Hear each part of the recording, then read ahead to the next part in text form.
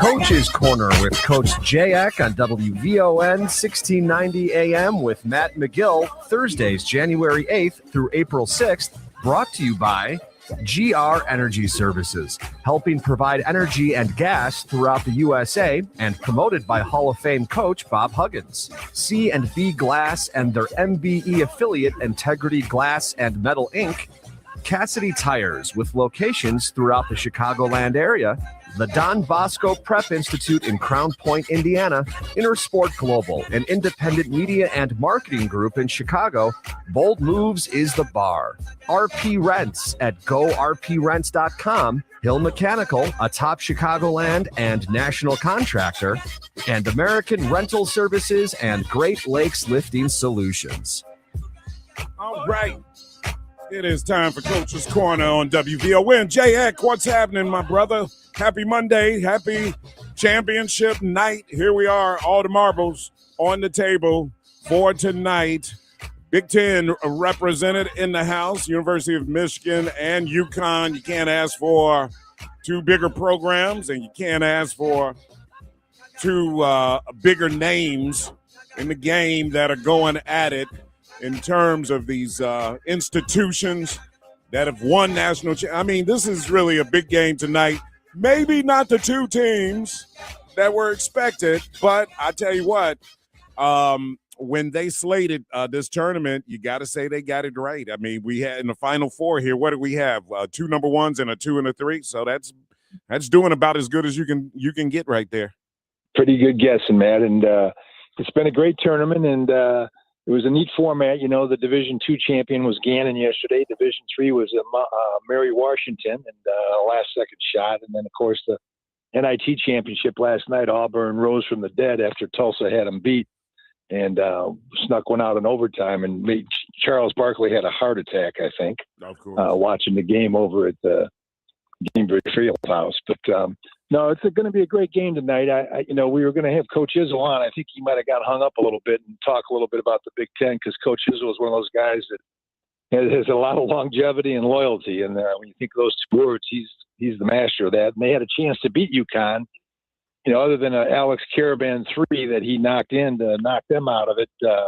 And then they knocked Duke out of it on a 3 by Mullins. So they've been fortunate 2 times in a row. And I'm not so sure that, they're on a little hot streak here, and Michigan's coming off 5 great wins, and with Yaxel being knocked out a little bit with that sprained ankle, I think UConn can give them a game tonight, man. I think it's going to be a lot tighter than people think, and I think that with him being hurt, they're due to be a little flatter than they've been in the first 5 games. I mean, they've averaged over 90 points in the game so far, and game starts at, I think, 7:50, 7:30, between 7:50, the pregame festivities, and then the game starts about 7:50 Central Time.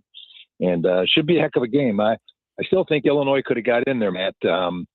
Had they taken advantages of some things in the first half, they had a chance there in the bonus with 11 minutes to go. They did not get to the basket and get them to foul them. And when they got a 2-point lead, when they started out slow, and I felt that they had a chance to be up or even at half. And had they done that, I think they would have had a chance in the second half. They played well enough to have a chance to beat UConn. But UConn made the plays when they had to, and you can't argue with success. Hurley's won 19 or 20 out of 21 games in the tournament, and they are not going to be an easy opponent to knock out. Of course, we'll be pulling for the Big Ten, but it could be a really tight game, Matt. Yeah, we'll see what happens tonight. Championship game. It's going to be a good game. Michigan looks like they are ready to roll, though. The game they had over Arizona on Saturday, bringing all the top dogs in and just playing a good game. They got some pro ball players on that team, so they are ready to roll. And we'll see. This is going to be Hurley. Coach Dan Hurley's going to have to do a good job of coach. I mean, he's got players that are relaxed. They've been on this stage before. The Final Four is not these are players that have been through the tournament. Some of the players, some of them haven't because of the transfer portal. But he's got some guys that have been there, been in this big moment before. So, the stage is not too big for them. So we'll see what they're able to do. I mean, it's going to be Look, it's going to be a good game. It's just a matter of how. It's going to be a great game. And how it's been a good great weekend. And we had a great show on Thursday, and we had a great little talk with Andy Kennedy and Yaxel on Friday. And, we'll probably do a wrap-up next week. I know you got a lot of stuff coming off the weekend, so we'll try to do one wrap-up show maybe next week. And everybody enjoy watching the game, and we appreciate all your help through the year for Coach's Corner, and we'll probably maybe do a wrap-up show this week. All right, Coach J.A. Coach, as always, good job, my friend. Appreciate you very much. Okay, guys, have a a great day. Take care. There you go. Michigan. Go Michigan. All right. Big Ten is there, man. Almost all Big Ten final. They're almost. Watch out for UConn. Watch out for UConn. That's the coach tip of the day. Right? Okay. All right. I have to look at these odds on these games, see if I want to play some bet. Okay. All right, man. Have a great day, buddy. Take care. To you there. Yeah. What was? In fact, let me look this up. What happened on Saturday? Because Glenn, who is one of our employees up here at WVON, he was giving me some advice to take to DraftKings or one of these guys and place some bets. So Glenn, some of you guys know Glenn from the radio. So he was like, Matt, I'm gonna tell you what. Oh, wait a minute. And he was right. Let's see. Yes, he was right.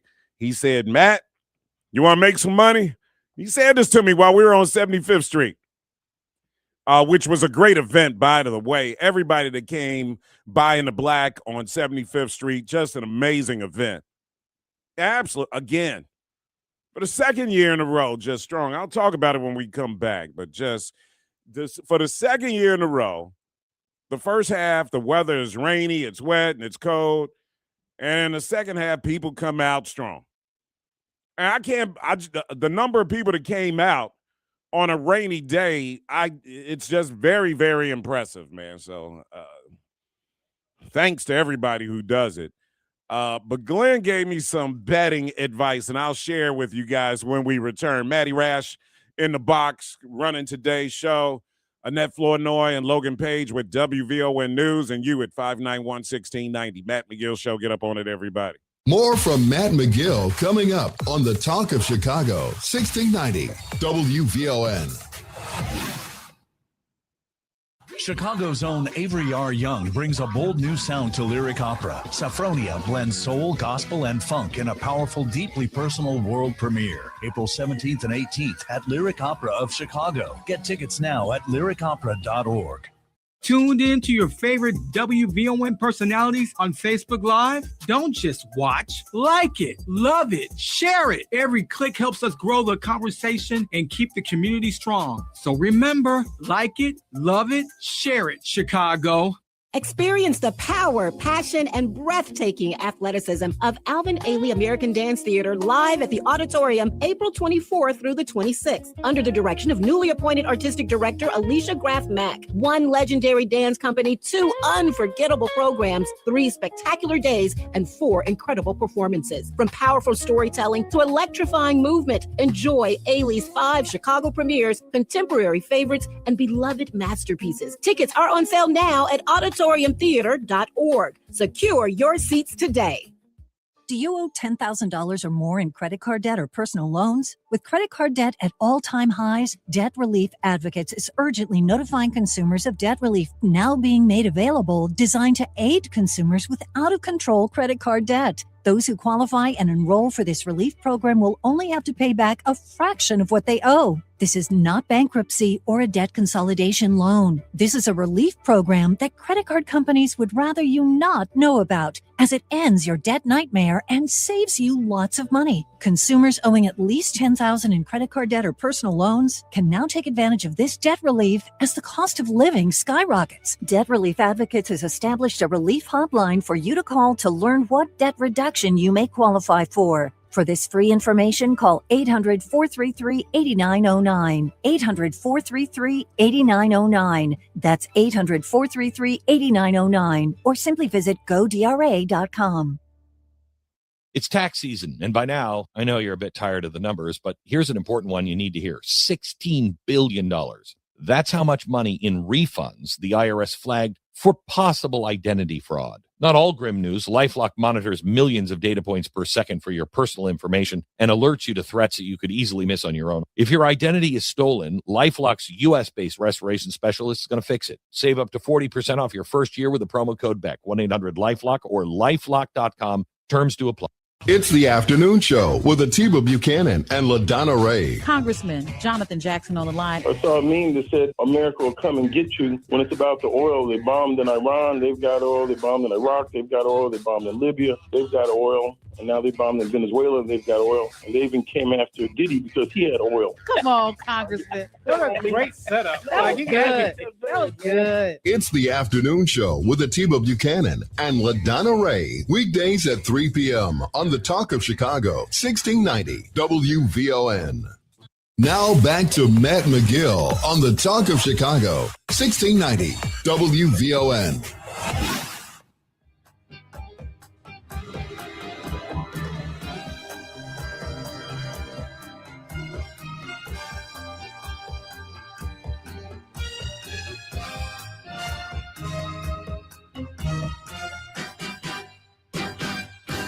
They do.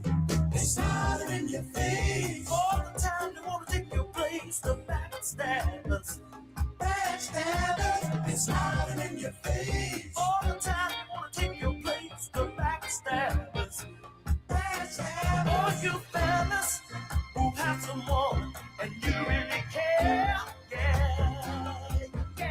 Then it's all the fellas who better beware, yeah. Somebody's out to get your lady. A few of your buddies, they sure look shady. Blades are long, but styling their fists, aiming straight at your back, and I don't think they'll miss. What they do? Smile in your face. Did I just say smiling in your face? They smiling in your face. You let them smile in your face like that and then stab you in the back like that? What? Oh, man. So Saturday was great. The Spend in the Black campaign, Alderman Will Hall, Pastor Charlie Dates, the energy from them and everybody, the Chatham Business Association, Melinda Kelly, of course, who was my co-host for the most part, right? Just had a great time out there. Great energy with everybody that was out there. What a crowd, even though it was rain and wet. Here's what a difference a day makes, right?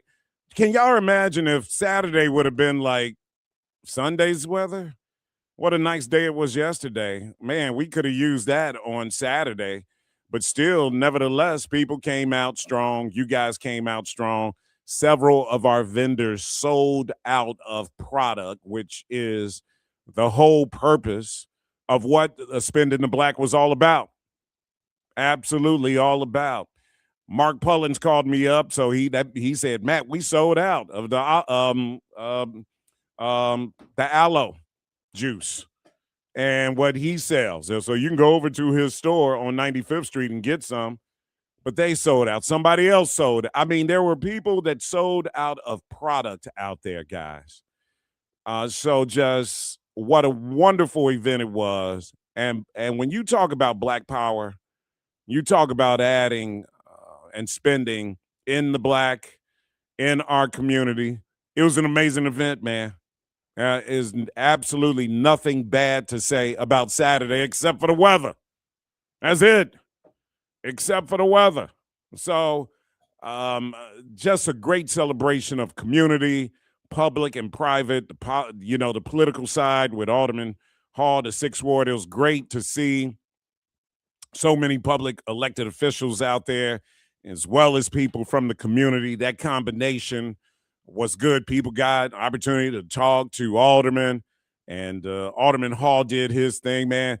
Alderman Walter Burnett Jr., Red Burnett, man, what a young star this kid is going to be. This young, I shouldn't call him a kid because I think he's 30 years old. But what a star he's going to be, and what a tremendous asset he's going to be for the city of Chicago.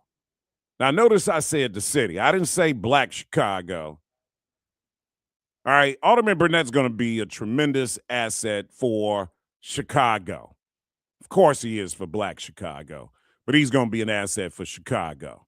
Young man is sharp. He's smart. He's everything you want in a young person stepping into that role, taking over a seat and a ward that was and is so important to the city of Chicago.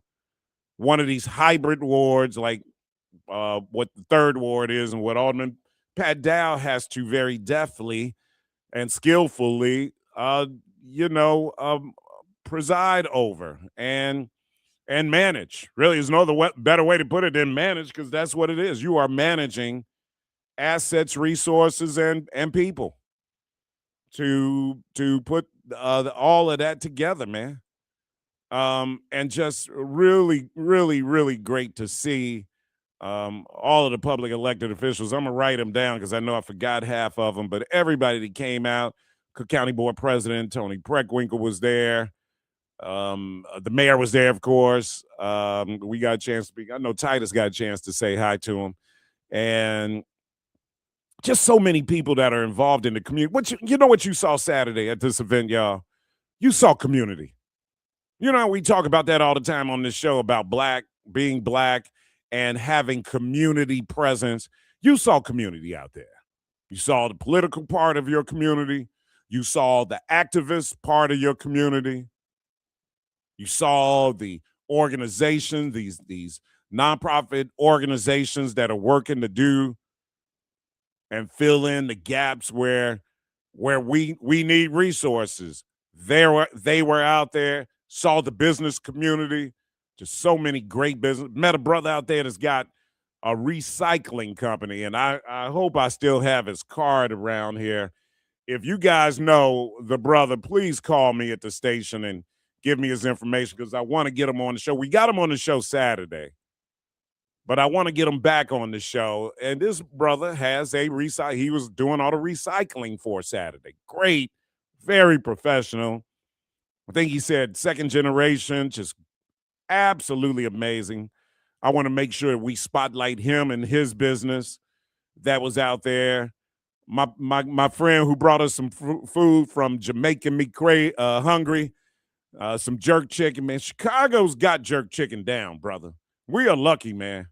We are, Los Angeles, New York, of course, Philadelphia, Chicago are going to be the cities you look at, and Houston, big time, that have all of these cultural diversity when it comes to food and everything else.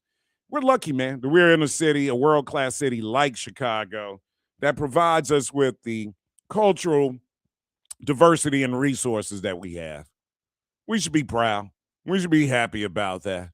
No doubt about it. Perry Small came out. We got a chance to see Perry, had on her cute little outfit and her boots.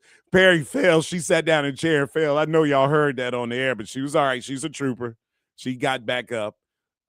Thank you to Kiera Ellis for doing, and Melinda Kelly for doing and Tara Cooper for doing such a great job in helping us get guests on the show, which was really, really, really quite a task, because there were so many people out there, man, that wanted to come on and get on microphone, and we're trying to maneuver and get people on and off the microphone.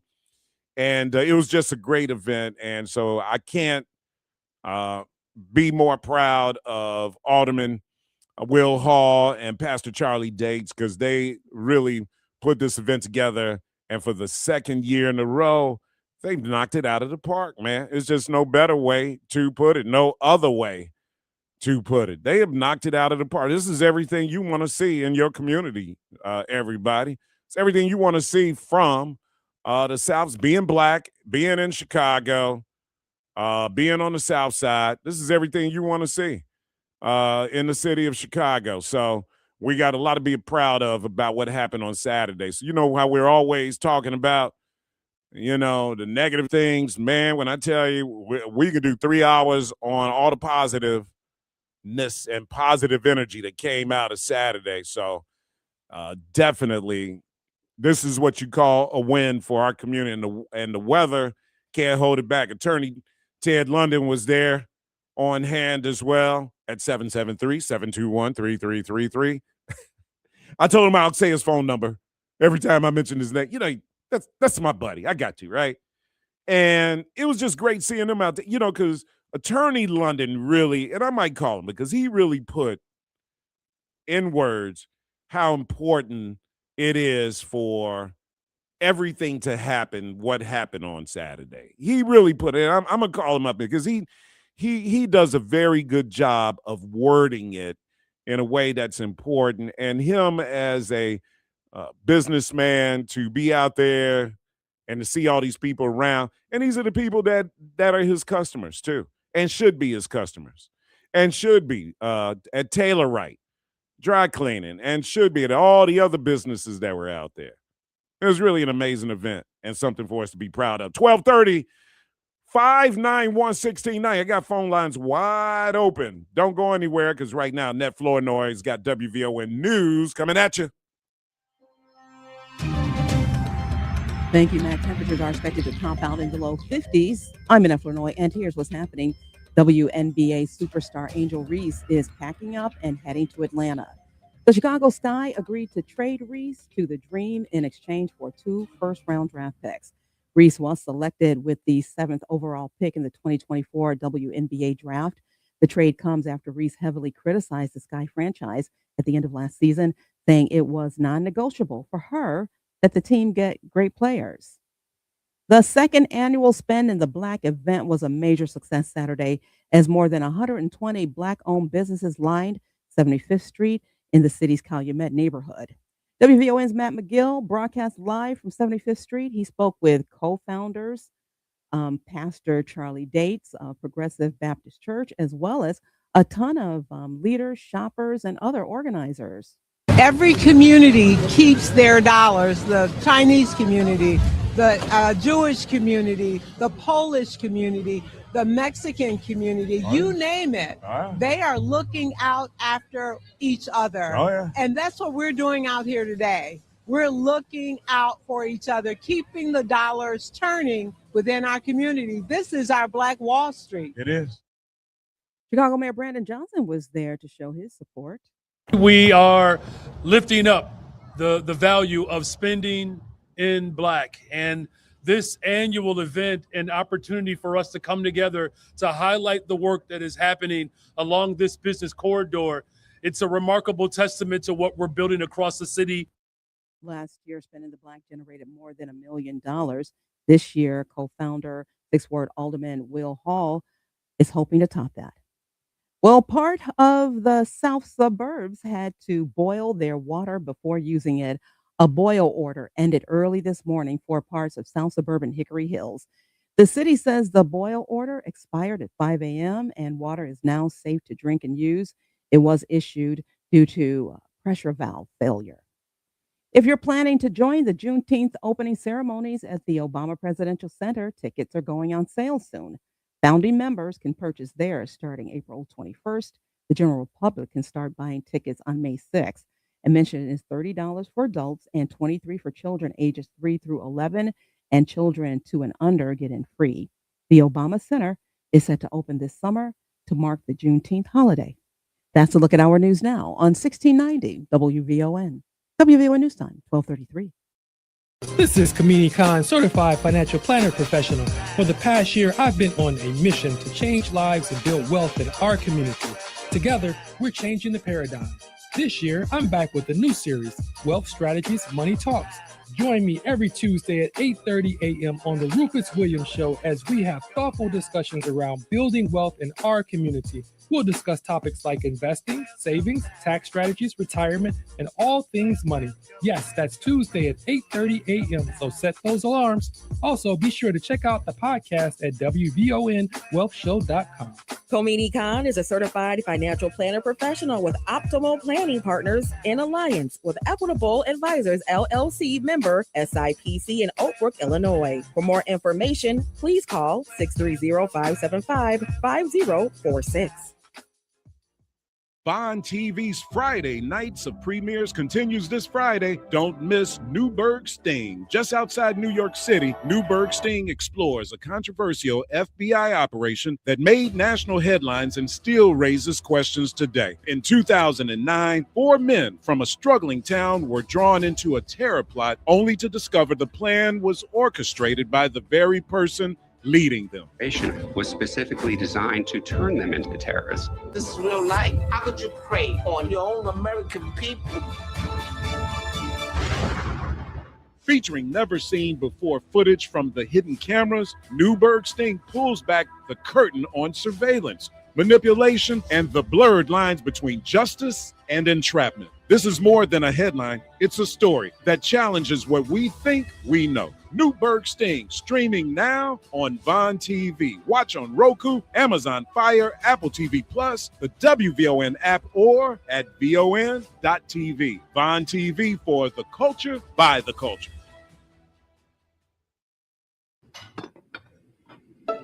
I may ask this family about what they eat. Dr. M? If he's turning playtime into screen time, that might be something I'd like to know. Has he tried smoking? Does he vape? I might even ask about changes to her body. Is she feeling overwhelmed? Any signs of anxiety? If we feel comfortable asking these questions, shouldn't we also be asking, how do you store firearms in your home? Firearm injuries are the leading cause of death for children and teens in the U.S. It's our responsibility to have a conversation about firearm injury prevention, because questions about safety are questions about health. Find tools at agreetoagree.org/healthcare.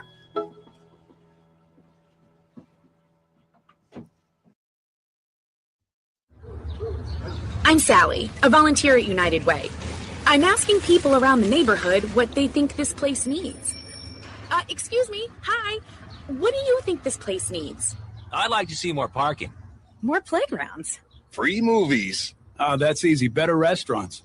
And you, what do you think this place needs? This place? More ice cream trucks. Okay. How about you? Wi-Fi everywhere? I was thinking more money in the pockets of local families come tax time. Can I change my answer? I was just kidding about the ice cream. Oh, that's way better. Now that you mention it. When it comes to getting better tax refunds into the hands of local families, what this place needs is you. To donate or volunteer, go to unitedway.org. Because great things happen when we live united. Brought to you by United Way and the Ad Council. Now back to Matt McGill on the Talk of Chicago, 1690 WVON.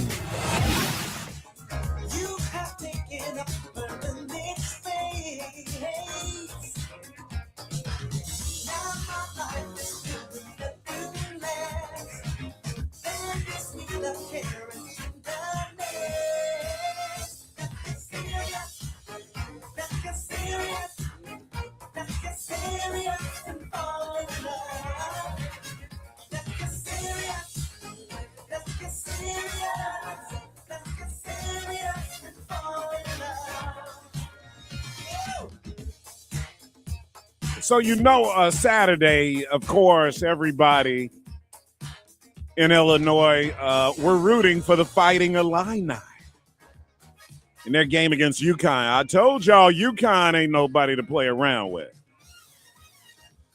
So, Titus, Glenn, who everybody knows from the radio station, Glenn comes up to me at 75th Street and says, "Hey, Matt, you want to make some money?" I'm like, "What are you talking about?" He said, Michigan is favored by 4 over Arizona.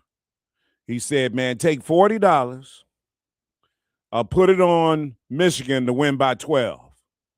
They're going to win by at least 12. And I'm thinking like, man, Arizona, that game's going to be close.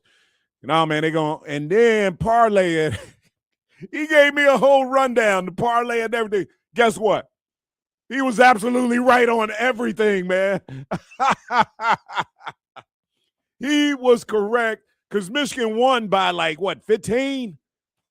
And whatever else he told me, somebody coming off the bench was going to score at least 10 points. The parlay he gave me was head spot on, dog. I could have tripled my money.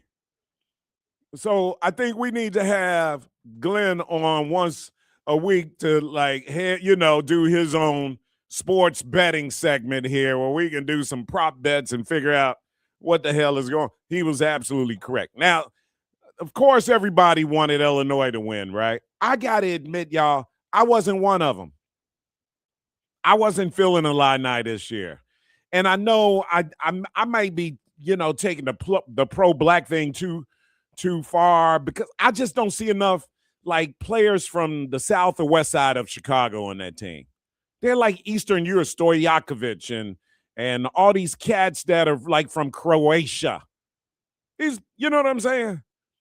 And it's hard for me to cheer for cats from Croatia. I'm sorry. That's just the way it is. So is there anything wrong with that? Am I being a bigot toward our Eastern European players? I don't know, man. I may be turning into a black bigot, y'all. Am I a bigot? So wait, here's my joke. I was on a thread, right? I was on a thread with my friends, and they were all making fun of me, man, for not cheering for the Illini, right? So I was like, man, I got to cheer for a kid that I think came from my hood, my neighborhood. I said, these cats are from Croatia. I want to cheer for a kid whose mother was trying to sell me her link card out in front of Jewel on 75th and Stony Island. That's the kid I want to cheer for.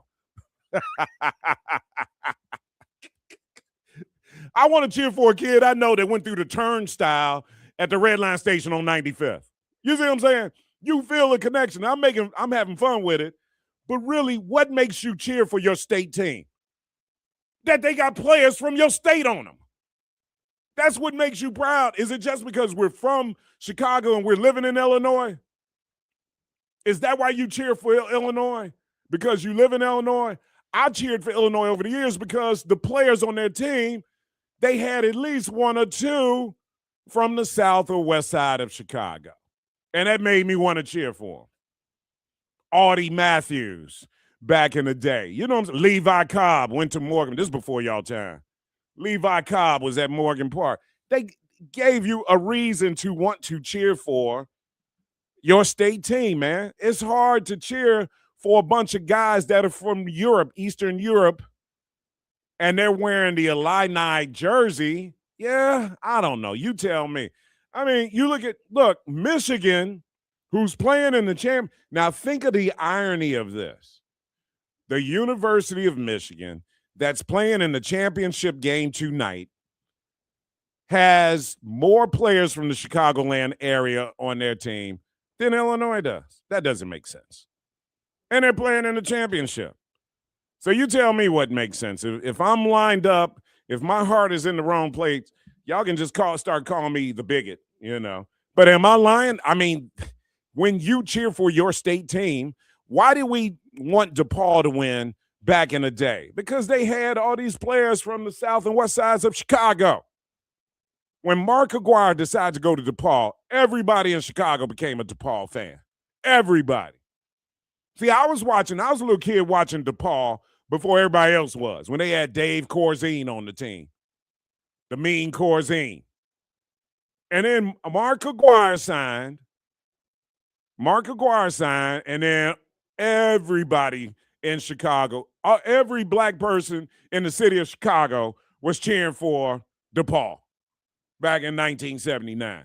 And then Terry Cummins and Teddy Grubbs, two brothers from the South Side. And then Skip Dillard and Bernard Randolph, two brothers from the West Side. And you had a team. You had Chicago representation. You see what I'm saying? Now everybody was cheering. DePaul was Chicago's team at that point. DePaul represented Chicago because we could feel it, man. These kids that we have been following in high school. You didn't feel that way about Illinois on Saturday. Come on. You did not have a connection to not one player on Illinois' team. I hate to be this guy because I know some of y'all went to the University of Illinois. I'm sorry.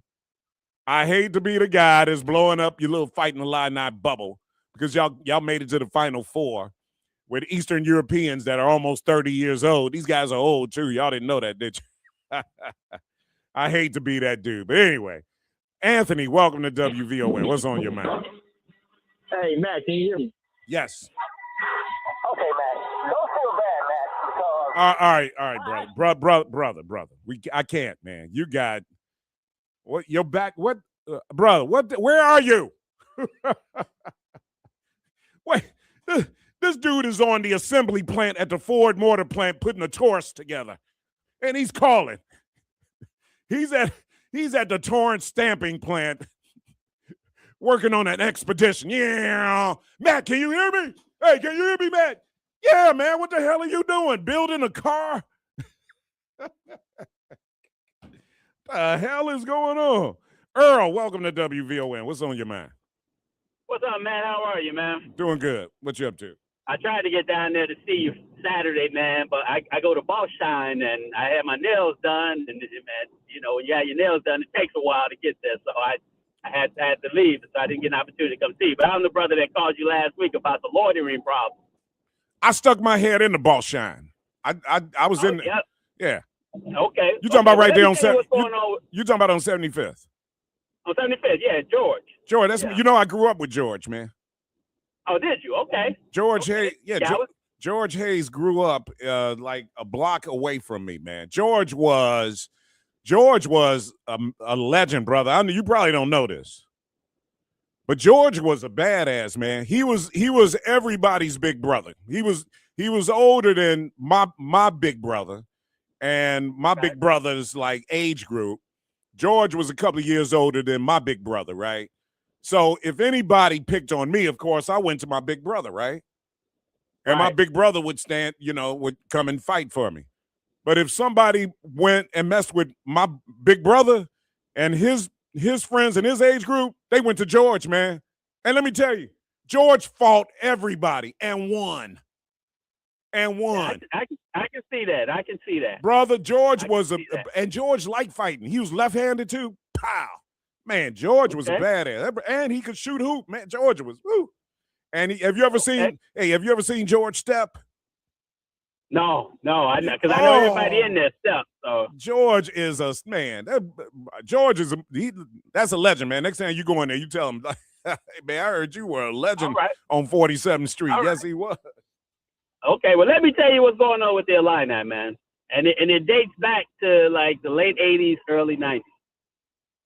So what was the name of the coach? Henson. Was it Henson? Sweet Lou Henson.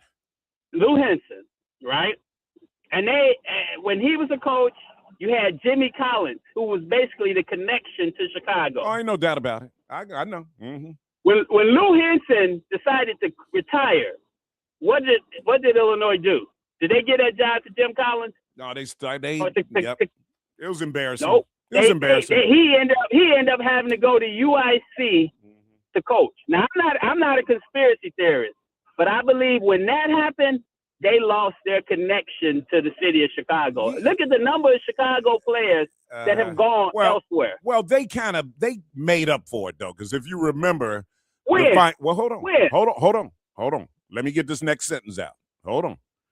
If you remember the Final Four team that they just had not too long ago, now it was about 20 years ago, but they had D. Brown from Proviso East. They had Luther Head from Manly, right? And they had Duran. They had Duran. I forget where Duran was, but they had Chicago ball players on that team. So they have since they had put together a Chicago recruiting package that got them to the Final Four. Back then, the last time. Remember D. Brown? How long ago was that? Yeah, no, I'm saying. But the point I'm making, just listen to me. That was after the incident and the moment that you're talking about with Jimmy Collins. So Jimmy Collins put together the Flying Illini team with Marcus Liberty, Nick Anderson, Kenny Battle, Kendall Gill, and Stephen Bardot. That was Jimmy Collins' team. No question about it. They went to the Final Four. No doubt about that. That was Jimmy Collins' team. And then to your point, they overlooked him for the head coaching job. No doubt about it. And then Jimmy went to UIC. But I'm saying since then, they had made an effort to come back to the city. But now, under Brad Underwood, they're looking at Eastern Europe for their players. 591-1690. We'll try Anthony. Phone lines are wide open. What's on your mind on this Monday? You're listening to the Matt McGill Show. More from Matt McGill coming up on the Talk of Chicago, 1690 WVON. Before Hot Winds. Ooh, let's heat things up. Get fired up with Hot Winds, a new game from the Illinois Lottery. Learn how to play at IllinoisLottery.com. Be smart, play smart. Must be 18 or older to play. Game odds available at IllinoisLottery.com. Think your old cannabis record disappeared when Illinois legalized it? Myth. Think expungement costs too much or requires a trip to court? Another myth.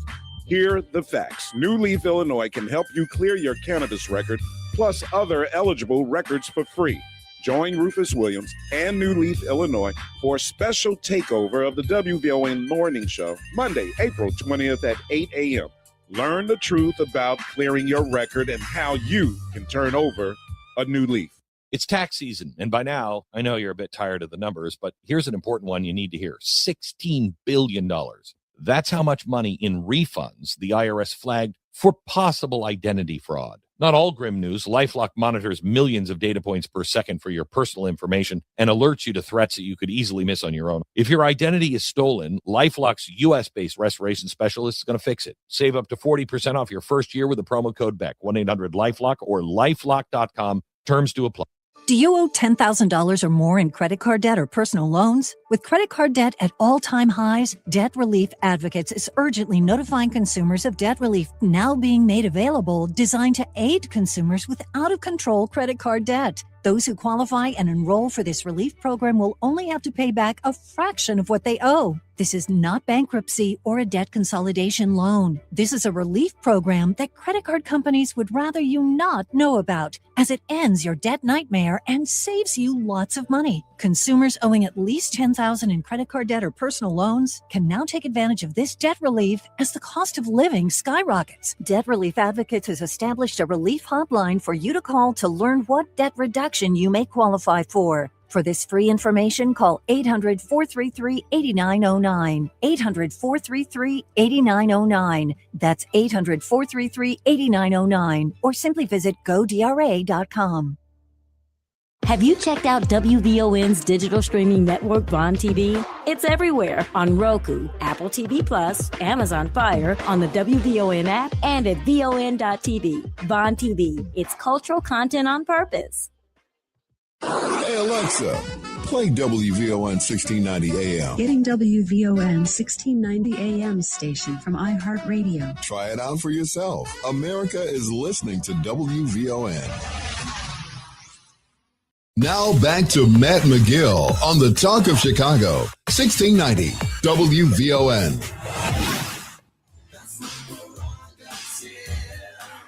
They say I'm crazy. I really don't care. That's my prerogative. They say I'm nasty, but I don't give a damn. Getting good is how I live. Some ask me questions. Why am I so red? But they don't understand. All right. Hey, wait a minute, Logan and everybody, Maddie Rash and Titus. Wait a minute, y'all. Hey. Titus, Maddie, Annette, Logan, did y'all hear what happened over the weekend? Huh? The greatest rapper of all time, K, made a comeback. Did y'all see the Kanye West concert? That was dope, though. Did y'all see the clips from it? That was nuts. Did you see it? What kind of stage was that he was on? Did y'all see that? I'm being for real. It was like it looked like a globe or something, didn't it? What did it look like, a planet or something? Do we got a video of that we can put up on Facebook Live? That was freaking amazing. He had Dave Chappelle there and Lauryn Hill. Now, apparently, somebody is being criticized. Is it Kanye is part of a music festival, and whoever it is, they're being criticized. I don't know if this was from Saturday or something that's coming up. It was from Saturday. They're being criticized. Hey, man, it looked like he put it out there, y'all. That stage was off the chain, though, guys. If you see the video, I'll see if we can get the video and upload it here on Facebook Live. But he just, what is that, Logan? I mean, seriously, I'm trying to figure out, is that like a globe? What was he on? I mean, he took the stage and just made it something else. Am I lying or what? It was an optical illusion. He's standing on top of the world. He was standing on top of the world. That's what it was, right? Wasn't that a globe I was looking at? It was the planet Earth, wasn't it? What the hell? Looks like it, yeah. I'm telling you, man. The man's the greatest. Would y'all get off? But wait a minute. And here's what's crazy, right? Mia and I yesterday watched the documentary on Hurricane Katrina. And it wasn't when the levees broke. It's another documentary that's out. I think Spike Lee produced this one as well. And of course, you guys know what I'm about to say.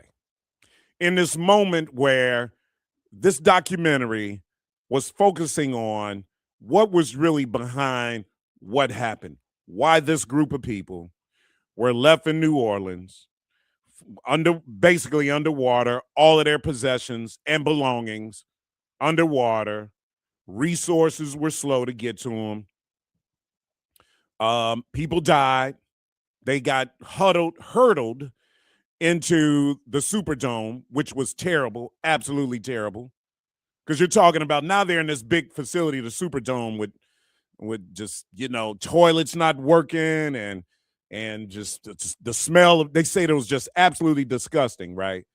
What this documentary did was it talked about people who were able to get out of New Orleans and evacuate were people who had means to get out of New Orleans.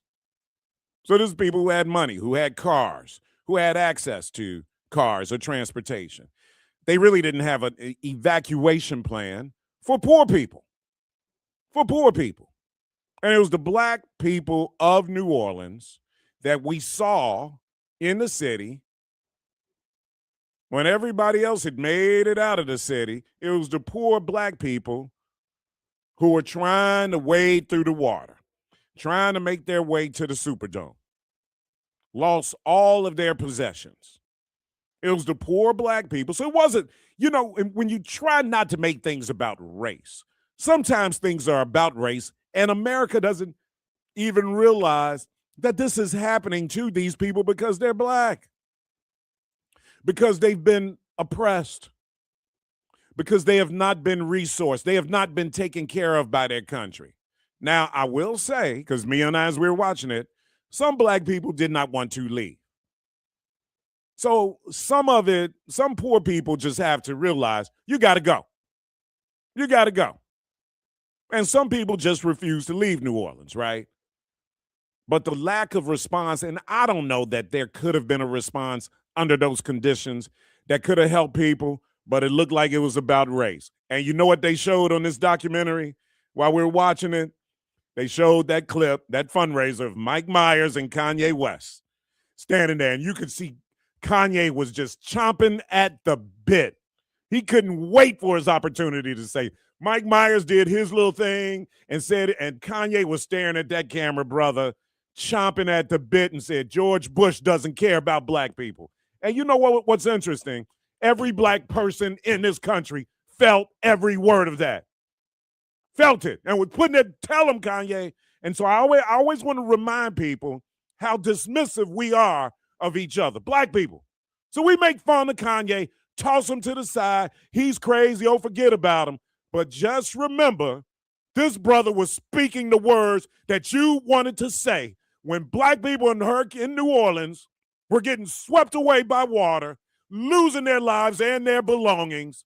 This brother took his platform in front of America and said what you wanted to hear a black person say. Don't forget that next time you think about trashing Kanye West. 591-1690. The 1 o'clock hour is coming up next. Happy Monday afternoon, Chicago. I'm Logan Page, and here are your news headlines. Chicago community rallies around spent in the black event.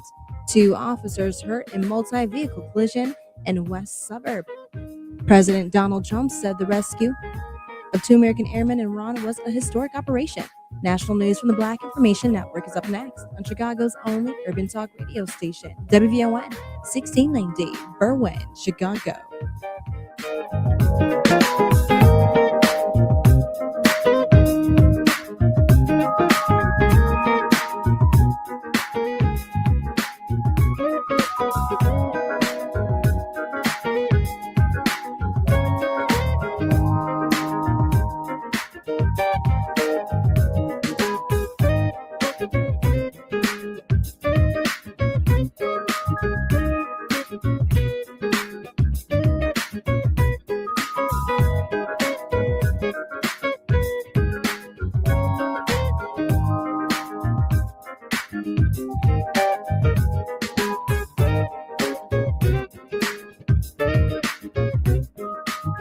Here's PIN News Now. Chicago's Black Mayor Brandon Johnson is pushing back against the Housing Authority over its selection of Keith Pettigrew as CEO, raising transparency concerns. Black Board Chairman Matthew Brewer was demoted and has issued a response. It appears that he's trying to undo the work that this board has done and put us back in a position without a CEO indefinitely so that he can try to put in his own person. The dispute could delay decisions affecting public housing residents.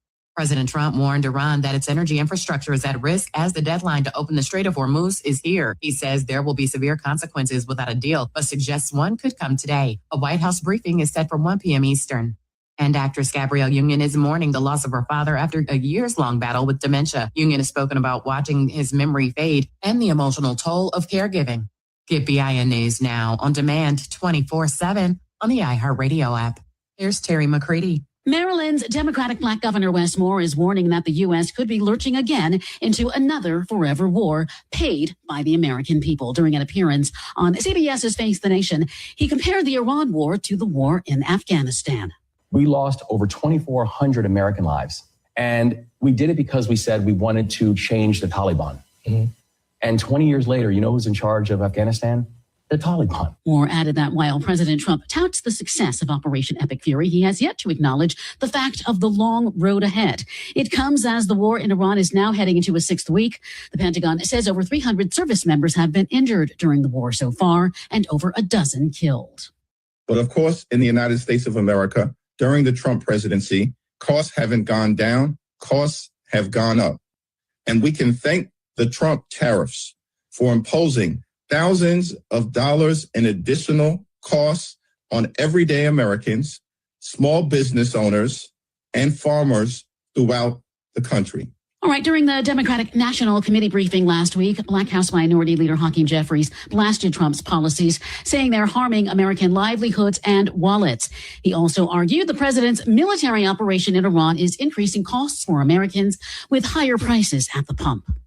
A Texas program is being retooled, and the changes will impact thousands of minority-owned businesses. Acting Texas Controller Kelly Hancock said the historically underutilized business program is undergoing a major restructuring. The Texas Department of Transportation says the program was established to promote equal opportunities for small minority and women-owned businesses. It was signed into law in 1999 by then Texas Governor George W. Bush. Now the HUB program has been renamed the Veteran Heroes United in Business. Certifications will be approved for service disability veterans of 20% or more with documentation such as a DD-214 military discharge and disability rating letter issued by the Department of Veterans Affairs or Department of Defense on top of other required documentation. Some migrants will be heading to Congo as part of a new deal under the Trump administration's third country program. The deportees will begin arriving this month, according to the Congolese Ministry of Communications. The arrangement is described as temporary and a reflection of Congo's commitment to human dignity and international solidarity. The U.S. has third country deportation deals with at least 7 other African nations, many of them impacted significantly by the Trump administration's policies that have restricted trade, aid, and immigration. According to a report released by the Senate Foreign Relations Committee, the Trump administration has spent at least $40 million to deport about 300 migrants to countries other than their own. Several of the African nations that have signed such agreements, such as Eswatini, South Sudan, and Equatorial Guinea, have repressive governments and poor human rights records. Stay informed, stay connected, and subscribe. Follow VIN News this hour wherever you get your podcasts. I'm Terry McCready for the Black Information Network.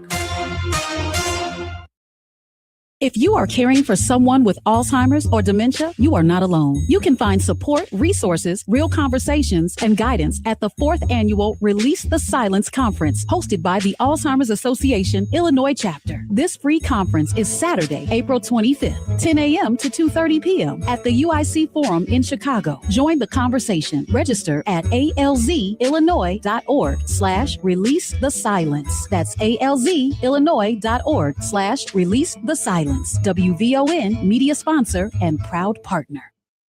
Hi, I'm Lori Smith, host of Meeting the Moment. WVON, in partnership with the Chicago Community Trust, developed Meeting the Moment to amplify the voices of nonprofits across Chicagoland, giving them the communication tools they need to expand their reach and turn awareness into action. Right now, our communities are facing real challenges, from economic uncertainty to public safety to access and equity. But in the middle of it all, there are organizations doing the work quietly, faithfully, powerfully. With Meeting the Moment, we'll have honest conversations about the issues shaping our region and, more importantly, the solutions happening on the ground. And each week, we'll feature a Chicagoland nonprofit making a difference. You'll hear their story and find out how you can support their work. Because Meeting the Moment is about more than just awareness. It's about impact. Join the Meeting the Moment movement, a program designed for the doers. For more information, visit WVON.com/Meeting the Moment. Listen every Saturday at 12 noon, right here on WVON 1690, the talk of Chicago. Let's meet the moment together. Powered by the Chicago Community Trust. It only takes a minute to find out if you may have prediabetes. And you can do it at doihaveprediabetes.org. But you're probably not going to. Nope. I'm sure you've got a perfectly good excuse. Kids, work. I get it. You're busy. So what better time than now? Let's begin. Raise one finger if you're a man. Ladies, none yet. Oh, count in your head if you're driving. Now, 3 more fingers for everyone over 60, 2 over 50, 1 over 40, 1 more if you're not physically active, another finger if anyone in your family has type 2 diabetes, another if you've got high blood pressure. If you're overweight, raise another finger, 2 if you're very overweight, and 3 if you're really overweight. You've just taken the world's first audio prediabetes test. And if you're holding up 5 or more fingers, visit doihaveprediabetes.org or talk to your doctor. There's no excuse because prediabetes can be reversed. Brought to you by the Ad Council and its pre-diabetes awareness partners. Live from the Xfinity Studios, it's the station that America listens to. WVON, Berlin, Chicago. It's Matt McGill on Chicago's essential storyteller, WVON.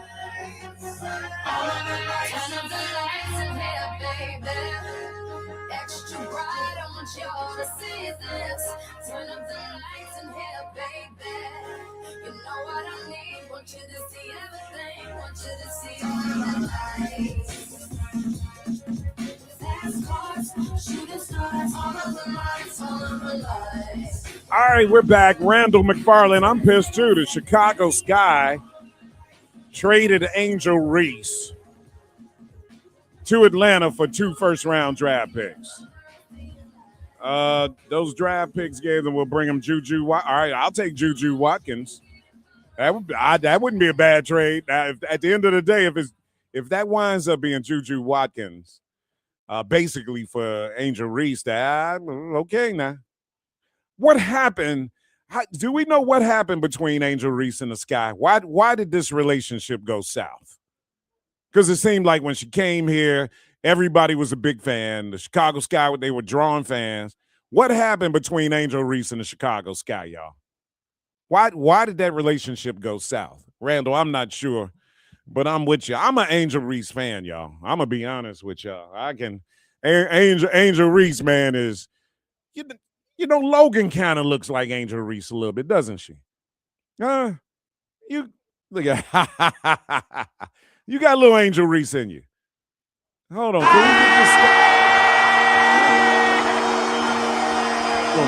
Get this video out. This is Kanye West's concert Saturday night at SoFi Arena Stadium in Los Angeles. This is absolutely amazing.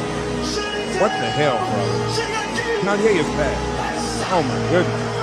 You guys see this? The footage here, man. If you're not on Facebook Live, go on Facebook Live right now at 591-1690. A lot going on in the news today. President Trump, of course, you guys saw his Easter morning tweet on social media where he talked about basically his versioning, talking about Iran and that he's going to blow the whole damn thing up if they don't come to an agreement. Now, some of the coalition partners are talking about a 45-day ceasefire. Let everything calm down. It probably should happen. I can tell you one country that doesn't want it to happen, Israel. Yeah. And then we're going to see what happens. Does Israel get their damn way? If Israel wants to keep bombing, they keep bombing. Even if the rest of the world says, no, stop bombing, Israel does what they want to do and nobody says anything about it. Don't tell me why, because I'm trying not to be this guy that just hates Israel, but I'm sorry I do. I'm sorry. I'm tired of seeing innocent Iranian civilians being blown up, and then Israel says it's part of war. But let's blow up. Then they call Iranians barbarians when one of their missiles hits a civilian territory and kills some Israeli people. Now all of a sudden they're out of line and they're committing a war crime. But Israel's not committing a war crime. What kind of bull crap is that? I don't see, man. I know I'm the only one saying this on broadcast radio, and I know I'm tired of Israel, man. That country has meant nothing but bad news for the United States of America. Anybody tries to tell you anything different, they're on some BS. They're killers and they're mass murderers. Benjamin Netanyahu is a war criminal, and he should be arrested. And so should all the leadership of Israel. Put that in your pipe and smoke it, damn it. Let's go to Anthony and see if he's somewhere quiet now where we can hear him. Anthony, are you there? All right. Hey, Matt. Yeah. Matt, can you hear me? Yeah. Can you hear me? Yep. Man, you my boy, man. You my man, 50 grand. You went in on me. I was trying to correct you. You came to me so quick. I was running a blade to a garbage truck, and I was trying to get back into the truck. I didn't know you was going to come to me that quick. Oh, my bad. That's all right. I was trying to correct it, but can I go back to the basketball, the Illini? Sure, bro. Okay. I understand where you come from. I found myself not rooting for the Illini. My son went to Champaign, and he felt some type of way about the Illini. He don't see a I'm rooting for Michigan because they have a hometown player from Harvard, and he graduated from Florida. And I graduated from Florida, so I found myself leaning towards Michigan. But when I look at Illinois and the type of game they play, that's a question I want to ask you. You look back today when the NBA was physical, when the game was played with athleticism, they ran plays, things of that nature.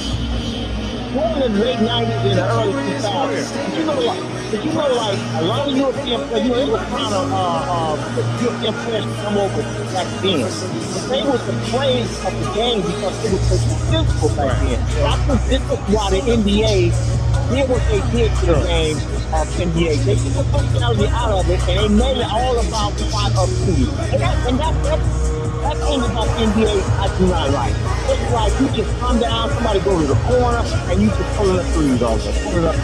Well, that was by design. And what they did was they made the game or they Europeanized it. That's what they did. They Europeanized it so that it would be easier for Europeans to play basketball.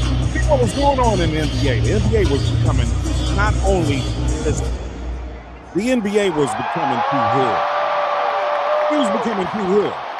And the NBA made a decision that they were going to unhood the National Basketball Association. That's what happened, guys. You can call it what you want to. But David Stern, rest in peace, had a plan, and that game plan was to globalize the game. And the purpose of globalizing the game is to add value to each team's bottom line. But the NBA, honestly, guys, in the 90s, they felt like the NBA was too black. They felt like the NBA was too black. And that's just the reality of it. And they wanted to change that. And guess what? They did. When you look at the NBA today, it's not too black. I can tell you that much. But it's good. I don't like the game per se, because what they had to do to, get rid of all the quote unquote blackness was they got rid of a lot of the athleticism. See, the NBA was a game that was based on your ability to run, jump high, and improvise when you're in the air, do moves, and be slick with the basketball. Basically, what they did was they broke the game back down to a game of fundamentals. And that's why it's about spacing now and fundamentals and shooting a three-point shot. So you spread the game out, right? So by spreading the game out and putting emphasis on the three-point shot, and what you do is you open up space on the inside for players that are not as athletic to maneuver. Then you give them an extra step, the Euro step, which is what you do. You give them the Euro step, and you got the NBA, today's NBA. And I'm going to tell you, man, it was our fault for letting the NBA get too black. See, it wasn't that the NBA got too black. We let the NBA get too hood. We let the NBA get black and get hood at the same time. And people weren't feeling that. They weren't feeling like the tattoos and the braids, all right? But I'm going to tell you what really did us in was the fighting, the physicality. Remember the brawl? What did they call it? The Malice in the Palace? When you had Ron Artest and all these cats fighting in Detroit. Dude, that was kind of like the straw that broke the camel's back. They didn't want to see all that fighting going on. They just didn't want to. And the game got too hood, and players started acting like they were playing basketball on the playground on 49th and Calumet, where I grew up. Dude, you acting like you playing, like you out there, like we were, drinking a bottle of Ricky Rose and playing basketball and fighting.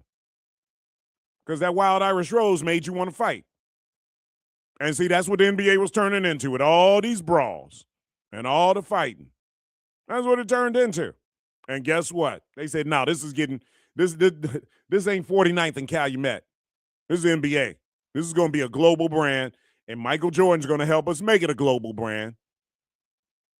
And guess what? Here we are in 2026, and NBA is not too black today now, is it? 5'9", and you know what? The WNBA is not about to be too black either. 591-1690. Let's talk about that. What happened with Dawn Staley and Gino Auriemma, the handshake that didn't happen, and the bad blood between those two. What else is on your mind on this Monday? You saw it all over the weekend. 591-1690. You're listening to the Matt McGill Show. More from Matt McGill coming up on the Talk of Chicago, 1690 WVON. Illinois politicians did it again. They secretly tucked bad policy into the budget. Now, guess who pays the price? Servers, drivers, stylists, workers who depend on tips. Unless Springfield fixes this mistake, your credit and debit cards may not work to pay sales tax or tips starting July 1st. Tell Springfield, stop the credit card chaos law. Learn more at guardyourcard.com/Illinois. Paid for by the Electronic Payments Coalition. WVON is all about family. That's why Jill Ross of the Shenanigans series is back, bringing literacy to life for young people ages 6 to 16. It's the Chicago Read-In, Saturday, April 25th at the Harold Washington Cultural Center, 4701 South King Drive. The Chicago Read-In is designed to excite and stimulate the minds of young people by promoting the power of literacy and storytelling. It's an afternoon of live performances, including hip-hop ballet from Homer Bryant's Hiplex Ballet Troupe, fresh off Broadway as Simba in The Lion King. It's Chicago's own A.J. Rhodes Jr. Enjoy spoken word by Logan Liu, blues by Fernando Jones, and get a history lesson on Maxwell Street from actress Dawn Bless. There'll be tap, minds, sculptors, Black cowboys. We're bringing our history to life for the next generation. You can also meet authors, purchase books, and connect to other child-friendly resources. The Chicago Read-In is a family affair and it's free, but registration is required. Register at Eventbrite or at WVON.com. The Chicago Read-In, Saturday, April 25th at the Harold Washington Cultural Center, 4701 South King Drive. Doors open at 11 a.m. and the show starts at 12 noon sharp. We're celebrating literacy, celebrating young people, celebrating our culture. On the station that celebrates Black excellence, WVON. The Chicago Read-In is produced in conjunction with Vaughn TV's upcoming series, Turn the Page, coming to Vaughn TV this summer.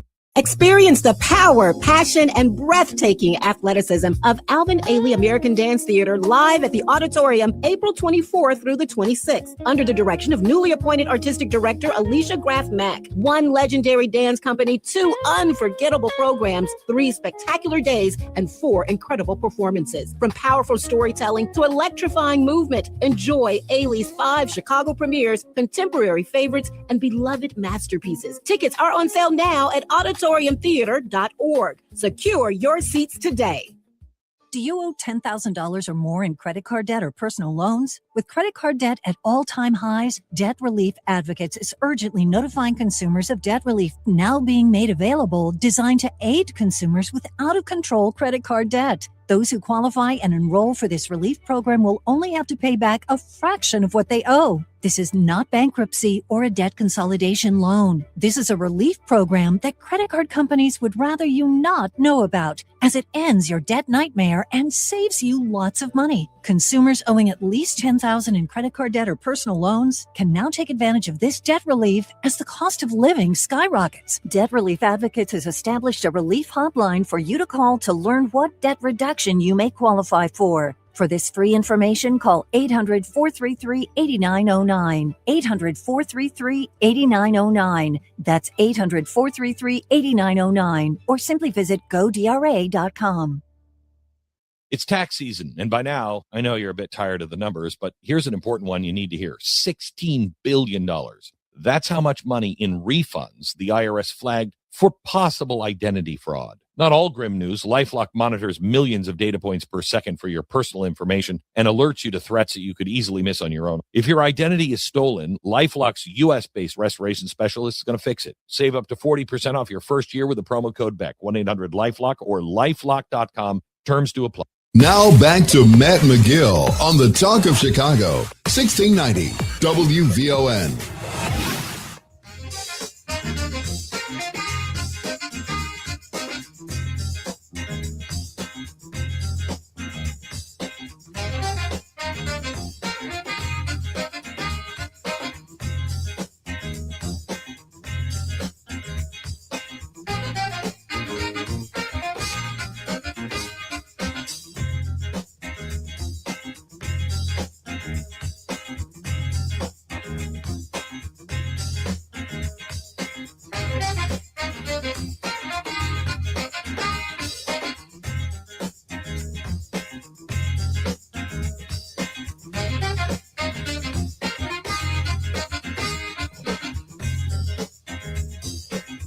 All right, 591-1690. On a Monday, guys, open phone lines. I've got plenty of phone lines open, man. I'm trying to think. Top stories over the weekend, of course, the Final Four. We've got the big game tonight. Chicago Sky got rid of Angel Reese, traded her to Atlanta. We'll see. I'm sure the people in Atlanta are excited about that. I really hate to see Angel Reese go because I thought she was fun to have her on the team up here. Anyway, that is something. The Dawn Staley, Gino Auriemma saga. Does anybody know about that story? It was a big deal after the South Carolina Gamecocks beat the Huskies of the University of Connecticut in the Final Four for the women's NCAA tournament. If you did not know, the University of Connecticut had a 54-game winning streak. Dawn Staley and the Gamecocks ended it.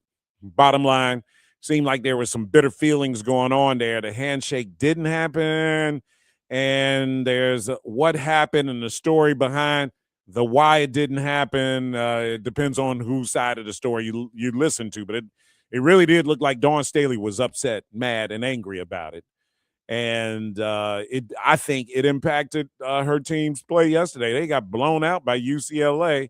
Congratulations to UCLA, though, for winning a national championship. You can't take that away from them. But I can't help but think this incident did not have an impact on her team. And I have no problem with UCLA winning the game because UCLA had a great team all year long, and probably some people expected UCLA to win, but not by that margin that they won by. And, here we go again, this issue that I always talk about black women being the centerpiece of controversy that's going on. And I don't know if this was really anything that Dawn Staley did to deserve this kind of acrimony and scrutiny that she's getting. 591-1690. Let me know what you think about that. Eddie, welcome to WVON. What's on your mind? Brother Matt, how you feel? Feel great, brother. Good. How was your holiday, brother? Good? Oh, it was good, man. That's what's up. Fried some catfish. That's what I did. Hey, that's the best way to do it for Easter, right? Mm-hmm. Hey, I saw the Kanye joint.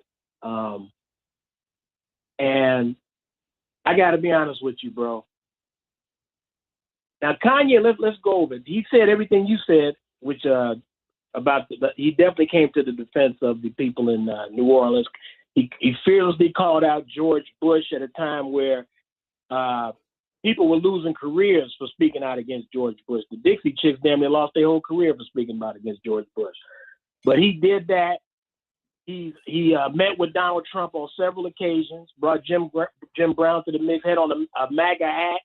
He went against Adidas, who was paying him, damn near making him a billionaire. He said he admired some aspects of Hitler. He talked about the Jews in Hollywood, and yet and still, this man sold out. He's been selling out. Now, he's been selling out internationally, but now he sold out in the United States this weekend. Kanye West said on an interview a few years ago that he was in tune with the universe. He said, nothing can stop me because I'm in tune with the universe. And I knew what he meant right then, because if you look at it, it makes no sense how he's achieving all of these things based on what he has said and experienced, quote unquote, against the powers that be. But yeah. he has remained, Yeah, I hear you. He's remained unaffected. He's in what they call the vortex, man. And I wish black people, we, even on this station, could have more conversations about manifestation, tapping into your higher power, getting into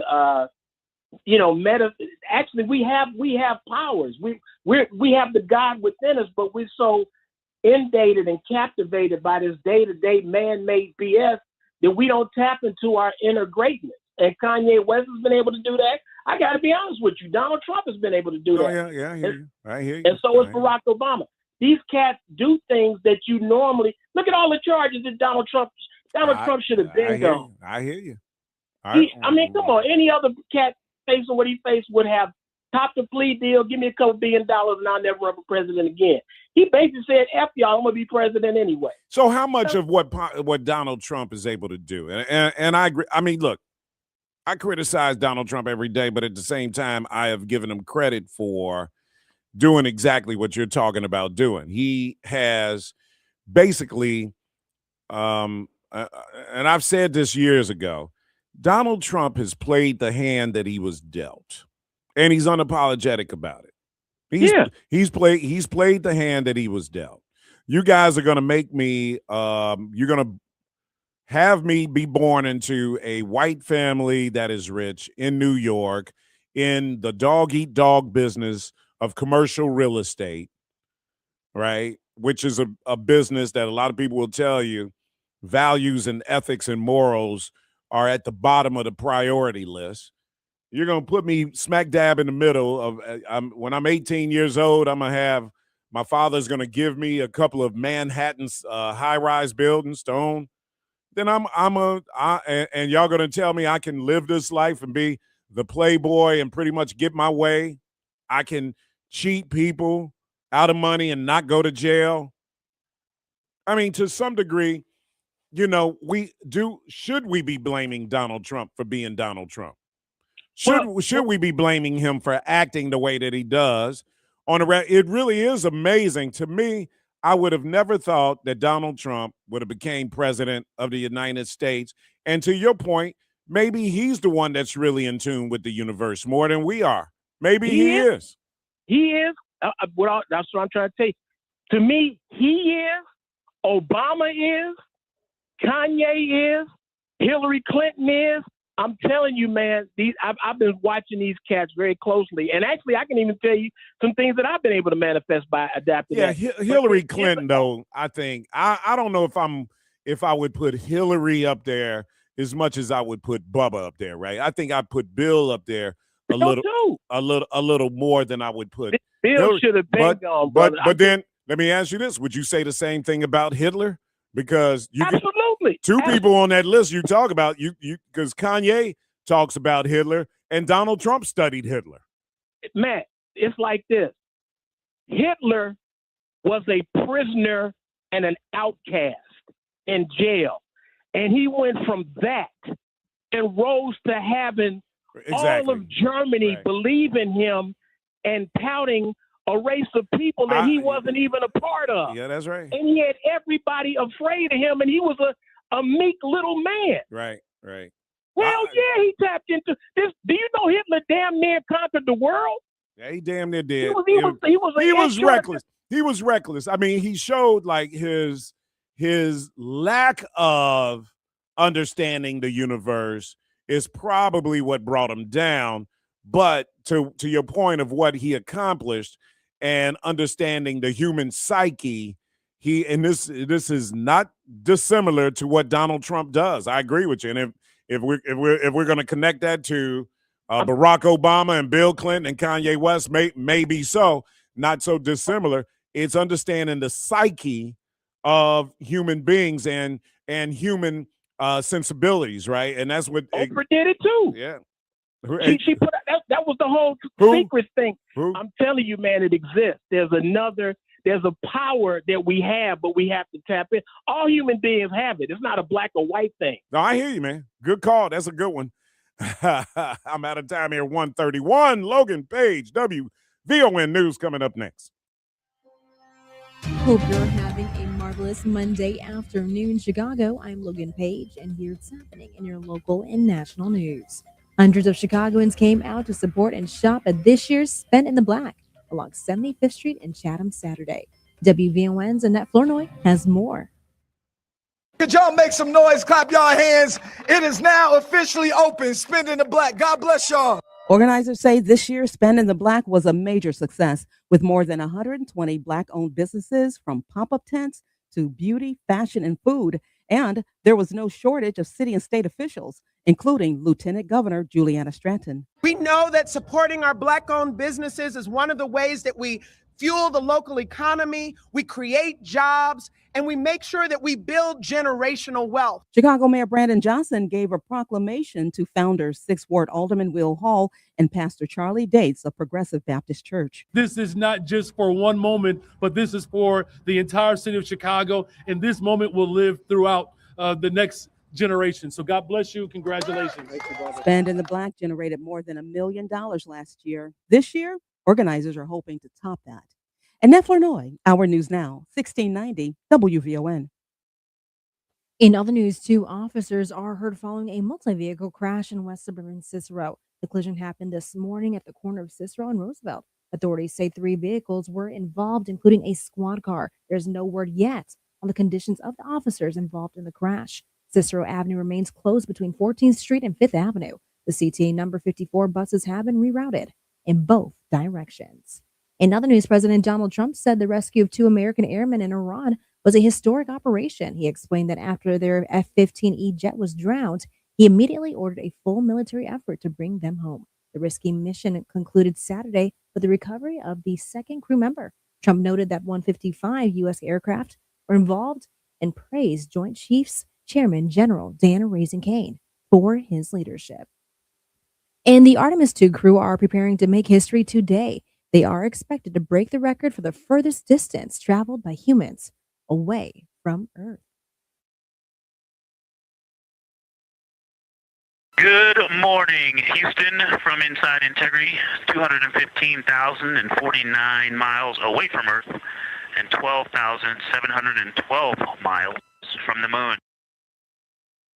NASA says the lunar flyby will officially get underway at 2:45 Eastern and last several hours. While in their Orion spacecraft, the 4 astronauts will be taking pictures and making scientific observations as they come in 4,000 miles of the surface of the moon at their closest approach.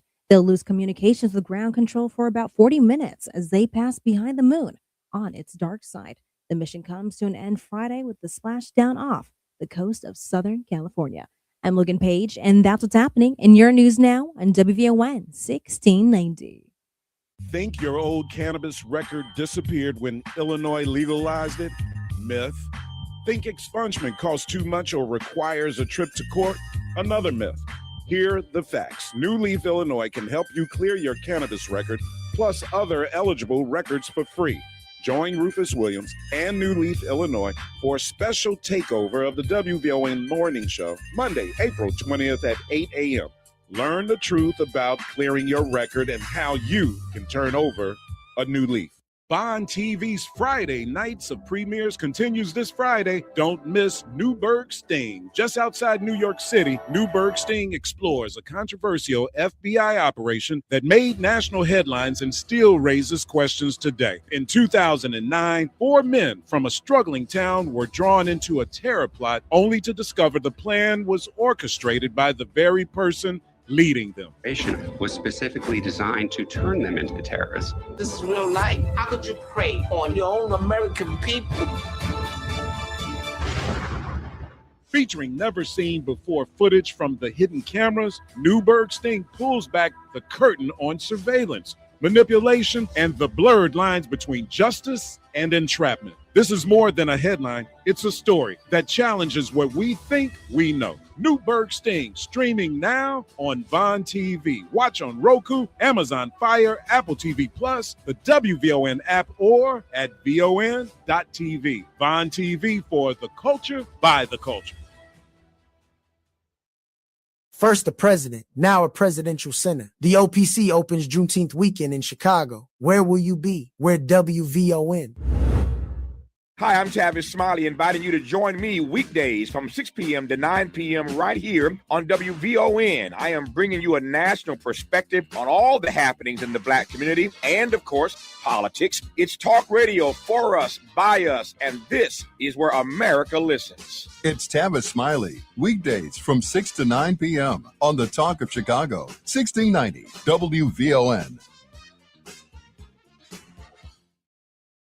WVON is more than a radio station. We're your connection to Black America. That means we're everywhere. On Facebook at WVON, on Instagram at WVON, and on the WVON app. WVON is everywhere. Now back to Matt McGill on the Talk of Chicago, 1690 WVON.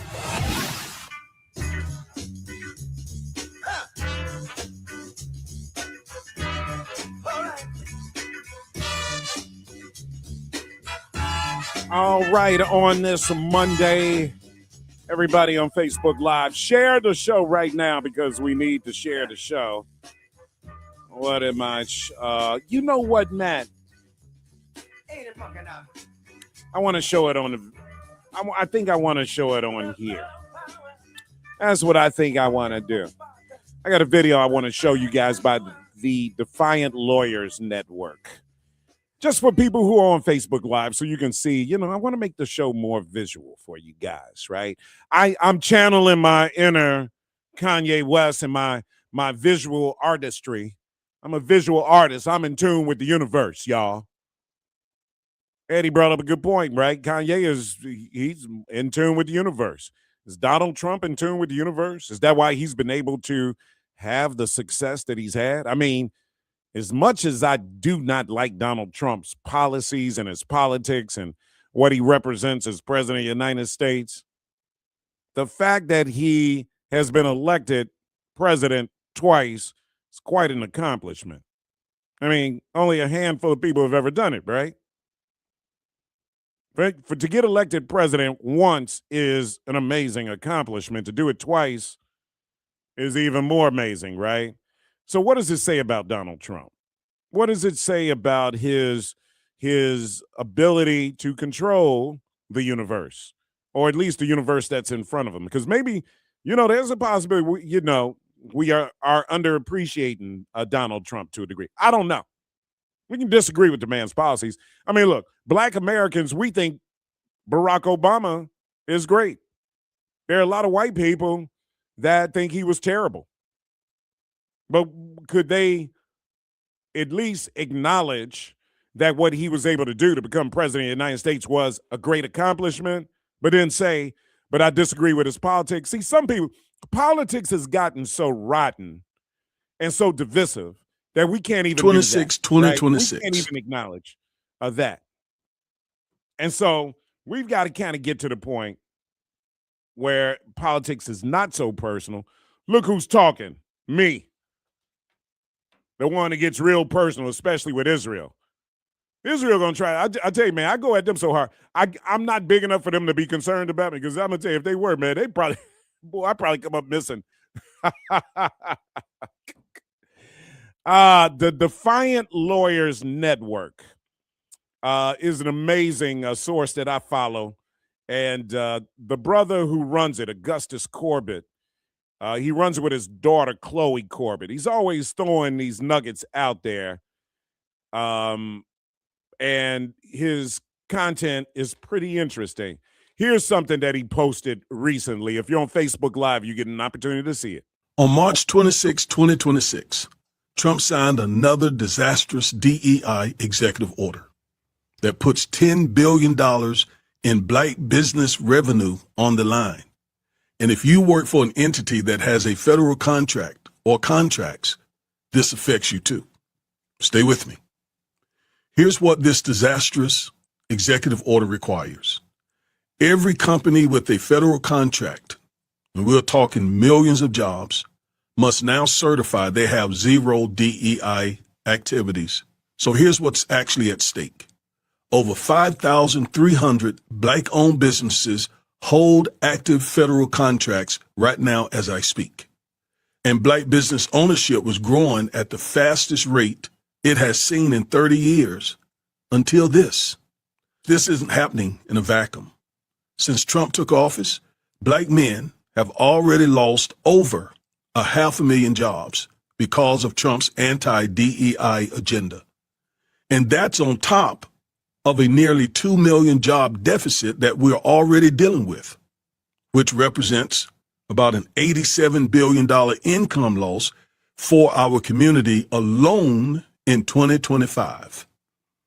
Meanwhile, white women's unemployment remained unchanged in 2025, although they benefited the most from DEI. So don't let anybody tell you that DEI cuts hurt everybody equally. And besides, since DEI helped white women the most, why is Trump targeting Blacks? Why isn't he targeting white women since, again, they receive the most help from DEI? Here's the answer. His anti-DEI agenda gives him a false racist reason to attack Black Americans.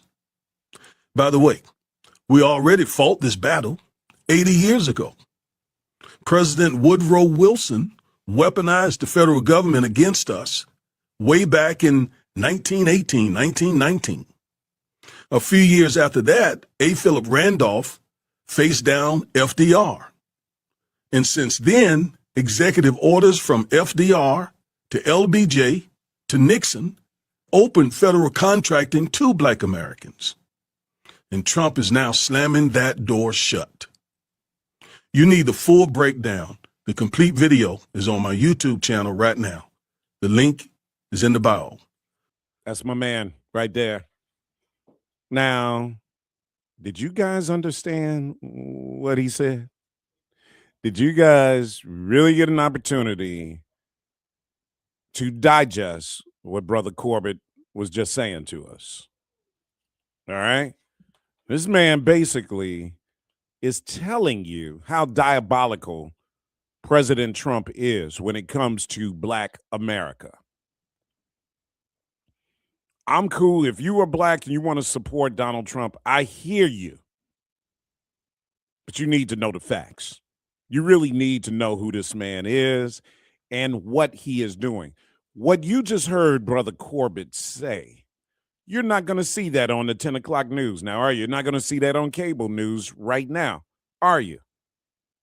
This executive order that Donald Trump signed happened on March 26th, guys. That's like 10 days ago. He's not talking about something that happened during the first term. He's not talking about something that happened years ago. And then he talked about how this is not the first time we've kind of gone down this road with presidents until we won and got it changed. He says FDR did an executive order that opened up Black businesses to get contracts. So did LBJ. So did Nixon. Only to have this guy in 2026 undo all of that progress. 5,300 Black businesses have contracts with the federal government. That number was growing until President Trump did what he did on March 26th. Basically, just jeopardize all of those businesses, all of those jobs, all of those contracts. Help me help you, man. I'm trying. This is already, after he has stated, a $2 million deficit, $2 million job deficit already that existed, an $87 billion deficit in economics for Black America. Help me help you, man. I mean, what's happening out here is real. How does that make you just absorb what this brother said? How does that make you feel about the America that you live in, about being involved in government now so that you can make a difference? We need people to be involved in politics, to get involved, to stay involved. Not to run away from it, guys. The fight is happening right now every single day. When I talk about Mayor Brandon Johnson and Black representation matters, that is why. That is why. See, a Black president would not have done that, right? We know that. Representation. A Black woman president, Kamala Harris, would not have done that. We know that. Representation matters. And when we decided not to come out and vote, representation matters. We lost an opportunity for representation and over 500,000 jobs that have been lost to Black men alone. And we already said 300,000 Black women have been impacted by Trump policies. You do the math. 591-1690. Cedric, hold on. Your call's coming up. I got phone lines wide open. Share the show. Call in, guys. This is your world. I'm just trying to help. More from Matt McGill coming up on the Talk of Chicago, 1690 WVON. Did you know that April 20th is the unofficial holiday celebrating the legalization of marijuana here in Illinois? Join Rufus Williams and New Leaf, Illinois for a special takeover of the WVON Morning Show at 8 a.m. on Monday, April 20th. Hear how New Leaf is helping people statewide clear cannabis and other records through free legal help and information. Visit newleafillinois.org or call 872-NEW-LEAF. And be sure to tune in on April 20th at 8 a.m. for the New Leaf, Illinois Takeover, only on WVON. Hi, I'm Lori Smith, host of Meeting the Moment. WVON, in partnership with the Chicago Community Trust, developed Meeting the Moment to amplify the voices of nonprofits across Chicagoland, giving them the communication tools they need to expand their reach and turn awareness into action. Right now, our communities are facing real challenges, from economic uncertainty to public safety to access and equity. But in the middle of it all, there are organizations doing the work quietly, faithfully, powerfully. With Meeting the Moment, we'll have honest conversations about the issues shaping our region and, more importantly, the solutions happening on the ground. And each week, we'll feature a Chicagoland nonprofit making a difference. You'll hear their story and find out how you can support their work, because Meeting the Moment is about more than just awareness. It's about impact. Join the Meeting the Moment movement, a program designed for the doers. For more information, visit WVON.com/Meeting the Moment. Listen every Saturday at 12 noon, right here on WVON 1690, the talk of Chicago. Let's meet the moment together. Powered by the Chicago Community Trust. It's tax season, and by now, I know you're a bit tired of the numbers, but here's an important one you need to hear. $16 billion.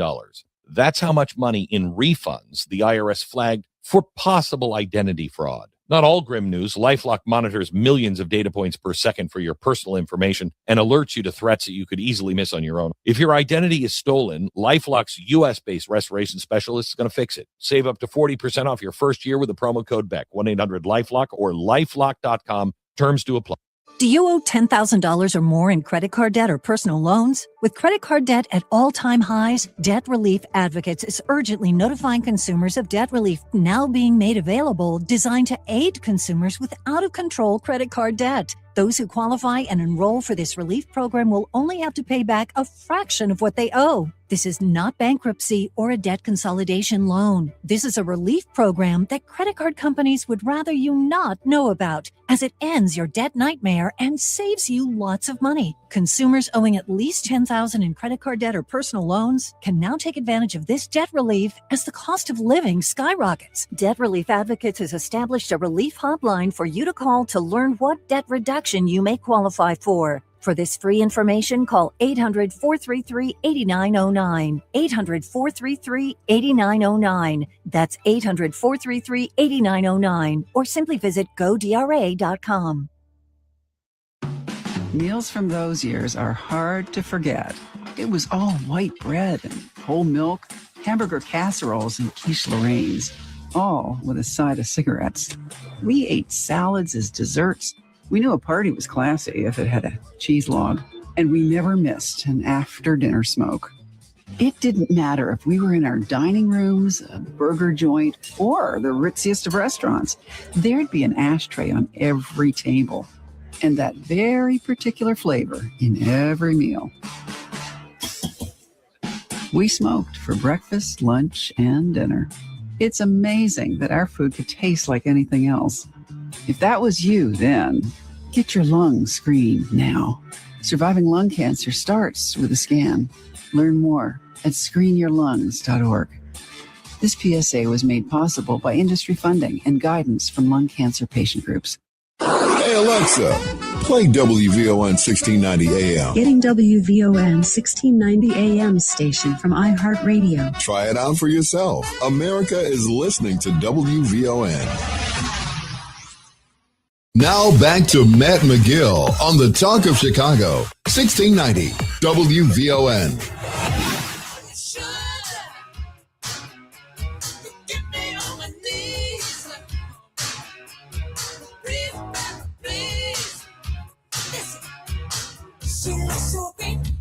All right, it's official now. Artemis 2 has broken the Apollo 13 distance record, which was established, I think, in 1970. So what does that mean? They have traveled the furthest away from the Earth than any other manned vehicle. I guess that's what it means.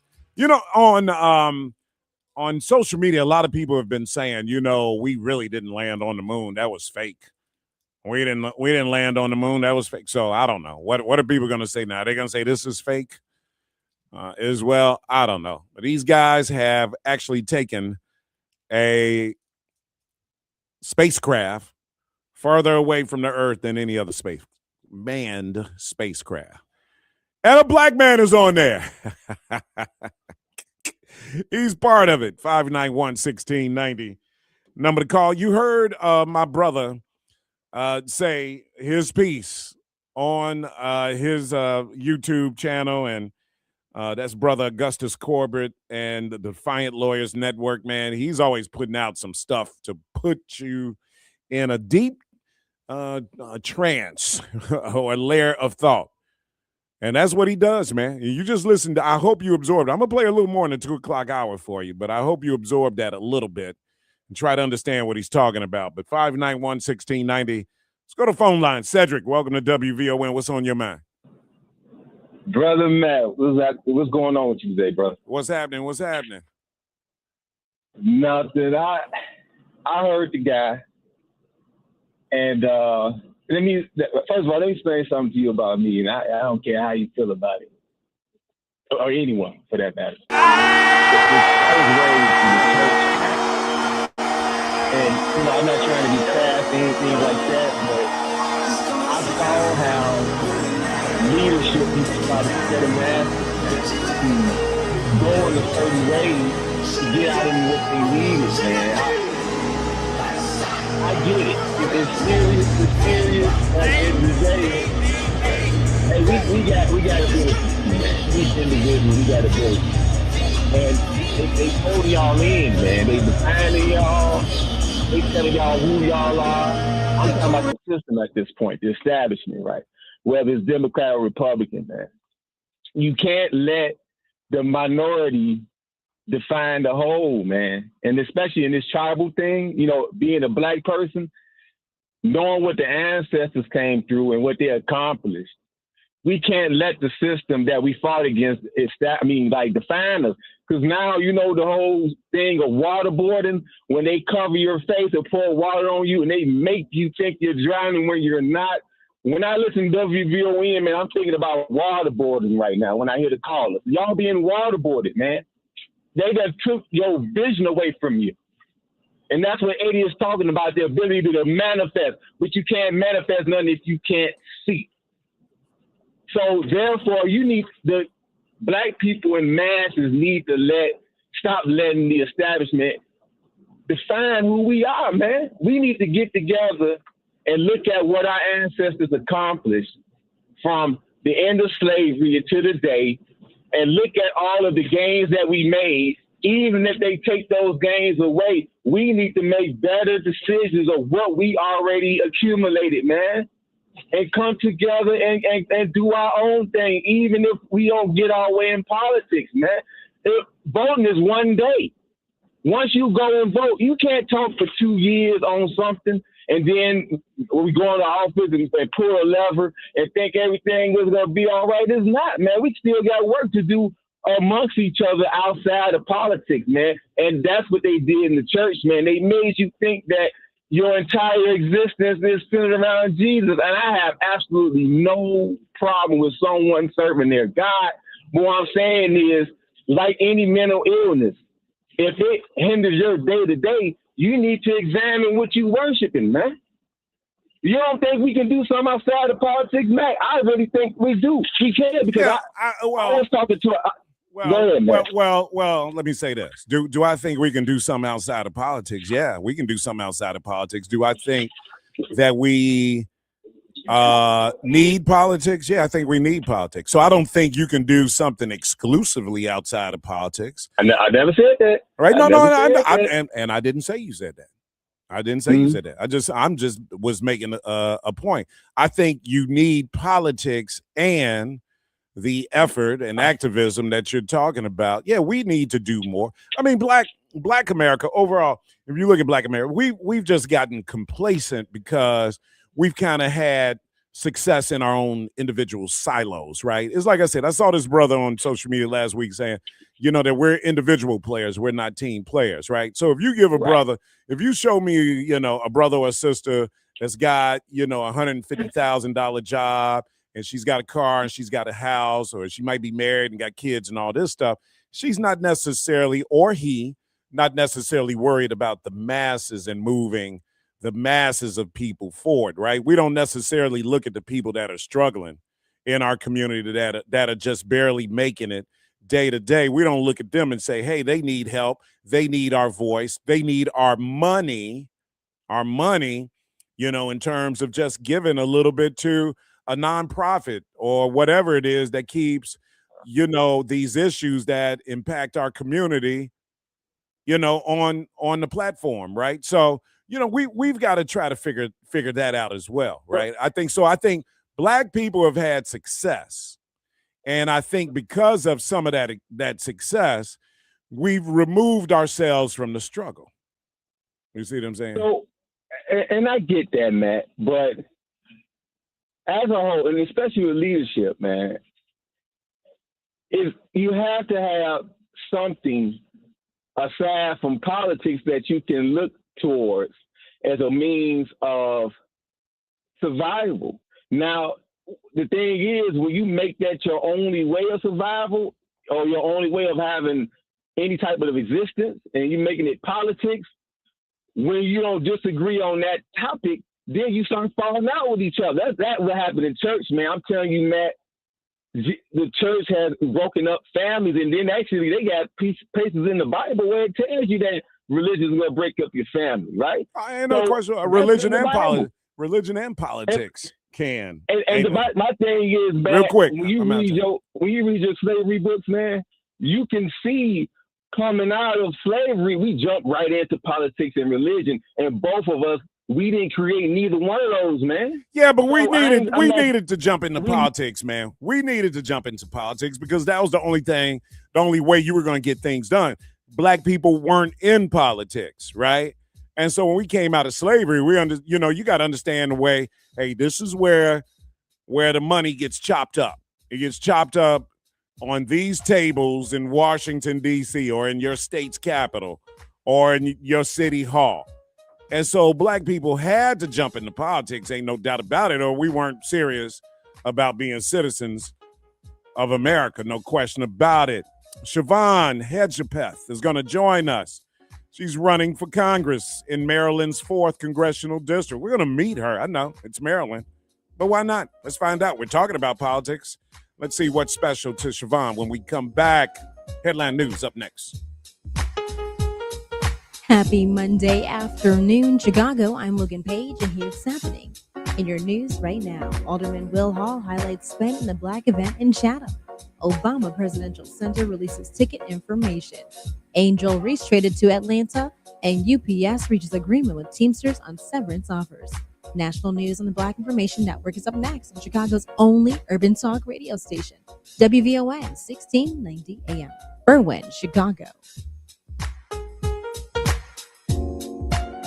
Here's BIN News Now. Chicago's Black Mayor Brandon Johnson is pushing back against the Housing Authority over its selection of Keith Pettigrew as CEO, raising transparency concerns. Black Board Chairman Matthew Brewer was demoted and has issued a response. It appears that he's trying to undo the work that this board has done and put us back in a position without a CEO indefinitely so that he can try to put in his own person. The dispute could delay decisions affecting public housing residents. President Trump warned Iran that its energy infrastructure is at risk as the deadline to open the Strait of Hormuz is here. He says there will be severe consequences without a deal, but suggests one could come today. A White House briefing is set for 1 p.m. Eastern. And actress Gabrielle Union is mourning the loss of her father after a years-long battle with dementia. Union has spoken about watching his memory fade and the emotional toll of caregiving. Get BIN News Now on demand 24/7 on the iHeartRadio app. Here's Terry McCready. Maryland's Democratic Black Governor Wes Moore is warning that the U.S. could be lurching again into another forever war paid by the American people. During an appearance on CBS's Face the Nation, he compared the Iran war to the war in Afghanistan. We lost over 2,400 American lives, and we did it because we said we wanted to change the Taliban. Mm-hmm. And 20 years later, you know who's in charge of Afghanistan? The Taliban. Moore added that while President Trump touts the success of Operation Epic Fury, he has yet to acknowledge the fact of the long road ahead. It comes as the war in Iran is now heading into a 6th week.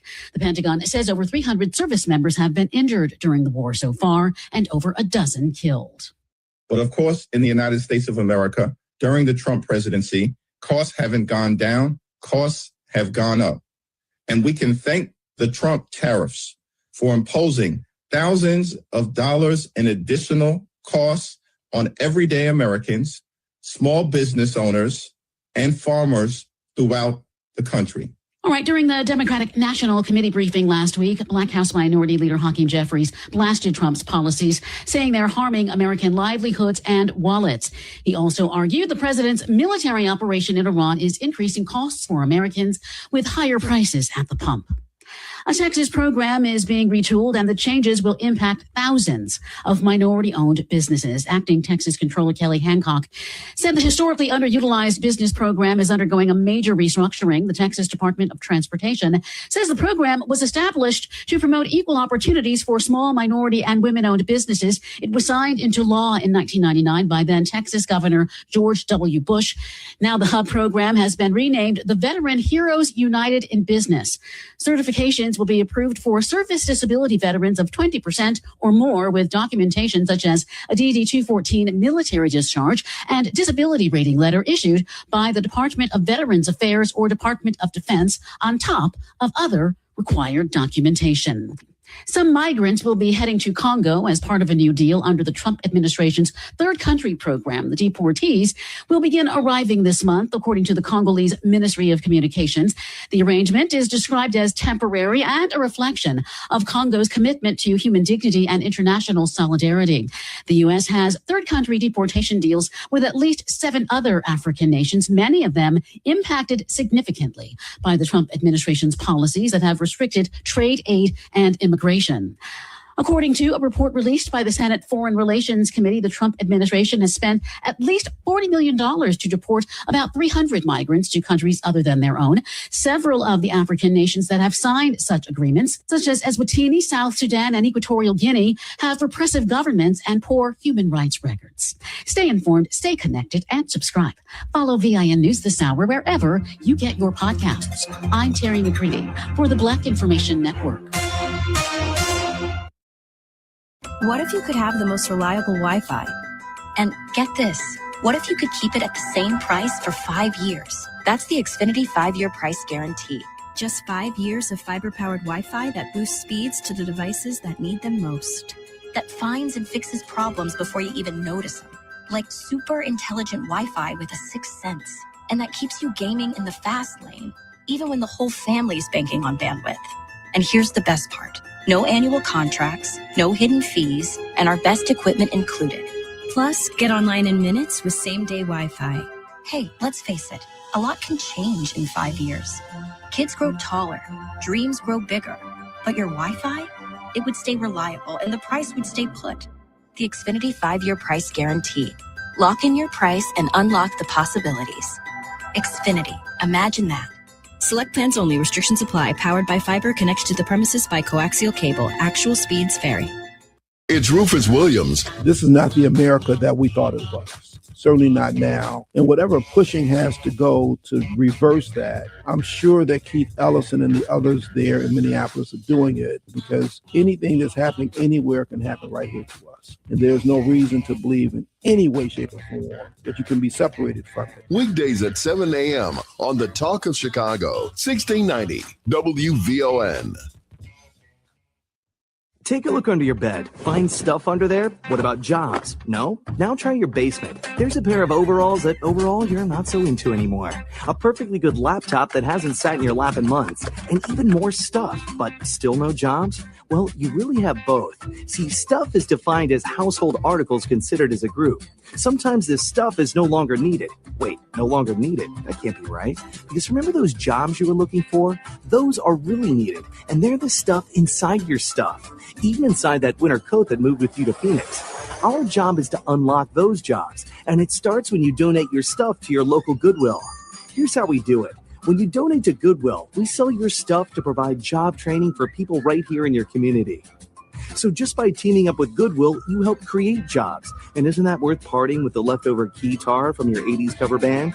Goodwill. Donate stuff, create jobs. Find your nearest donation center at goodwill.org. A message from Goodwill and the Ad Council.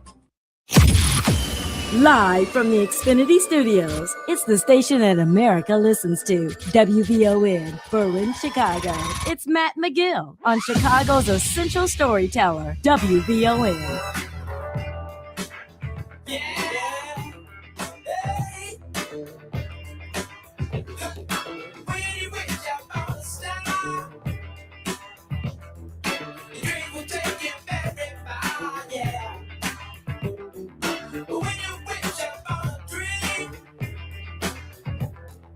Life ain't always what it seems. Oh yeah. Oh yeah. Hey, y'all, join Rufus Williams and New Leaf, Illinois for a special takeover of the WVON Morning Show at 8 a.m. It's Monday, April 20th. Hear how New Leaf is helping people statewide clear cannabis and other records through free legal help and information. Visit newleafillinois.org or you can call 872-NEW-LEAF. You get it? 872-NEW-LEAF. Be sure to tune in on April 20th, though, so you can catch the whole program, what they're going to do with Rufus on the morning show. I mean, look, this is a big deal, right? The legalization of cannabis and all the cannabis action that we have in the state of Illinois is bringing in a lot of money, right? So people who have cannabis records need to know what their options are, and that's what New Leaf is all about, and we're happy to have New Leaf. Also, we're going to talk about, did you guys watch King Boulevard last Friday night on Vaughn TV? So let's talk about that. We'll talk about that coming up later on in the show. So much going on this weekend that it was hard to keep up with, but you got to be able to do it. Also, we'll have more conversation of talking about Trump, DEI, and everything his executive order last week eliminated and jeopardized. Years and years of work of blacks, over 5,300 black businesses contracting with the federal government, and Donald Trump with just a swipe of the pen just jeopardize all of that. You need to know these things because it's important for us to do that. All right, my next guest is Siobhan Hedgepeth. Young lady's running for Congress in Maryland's 4th Congressional District. She's a friend of my daughter's too, so we got to come on the show and talk about your candidacy. Siobhan, welcome to WVON. How are you? Thank you. Thank you so much. Nice to see you again. Thank you for the opportunity. Tell me about your district there in Maryland. Yeah, so Maryland's 4th Congressional District is a very diverse district. They also have a very high median salary. It's one of the wealthiest Black congressional districts in America. We also have some of the highest Latino populations in Maryland as well. And 1 in 5 of our members in District 4 actually work in the federal government. So running for Congress is extremely relevant to the struggles that they're currently dealing with under this Trump administration. Sure. We also have historically low voter turnout. Fewer than 1 in 4 registered voters participated in the primary. So I'm really trying to get disengaged voters at the table so they can really talk to us about their concerns, and we can put that into our policy. So it isn't just federal policies that we're running on, but district first policies that we're running on, so we can really benchmark our progress in the district, which is desperately needed right now with all of the attacks that we're experiencing from the Trump administration. Now, when is your election coming up? Your primary election coming up? Or you guys already had your primary, or what? No, it's June 23rd. Early voting starts June 11th. Now, are you is this an open seat, or are you challenging? I am challenging Glenn Ivey. Oh, okay. Who's Glenn Ivey?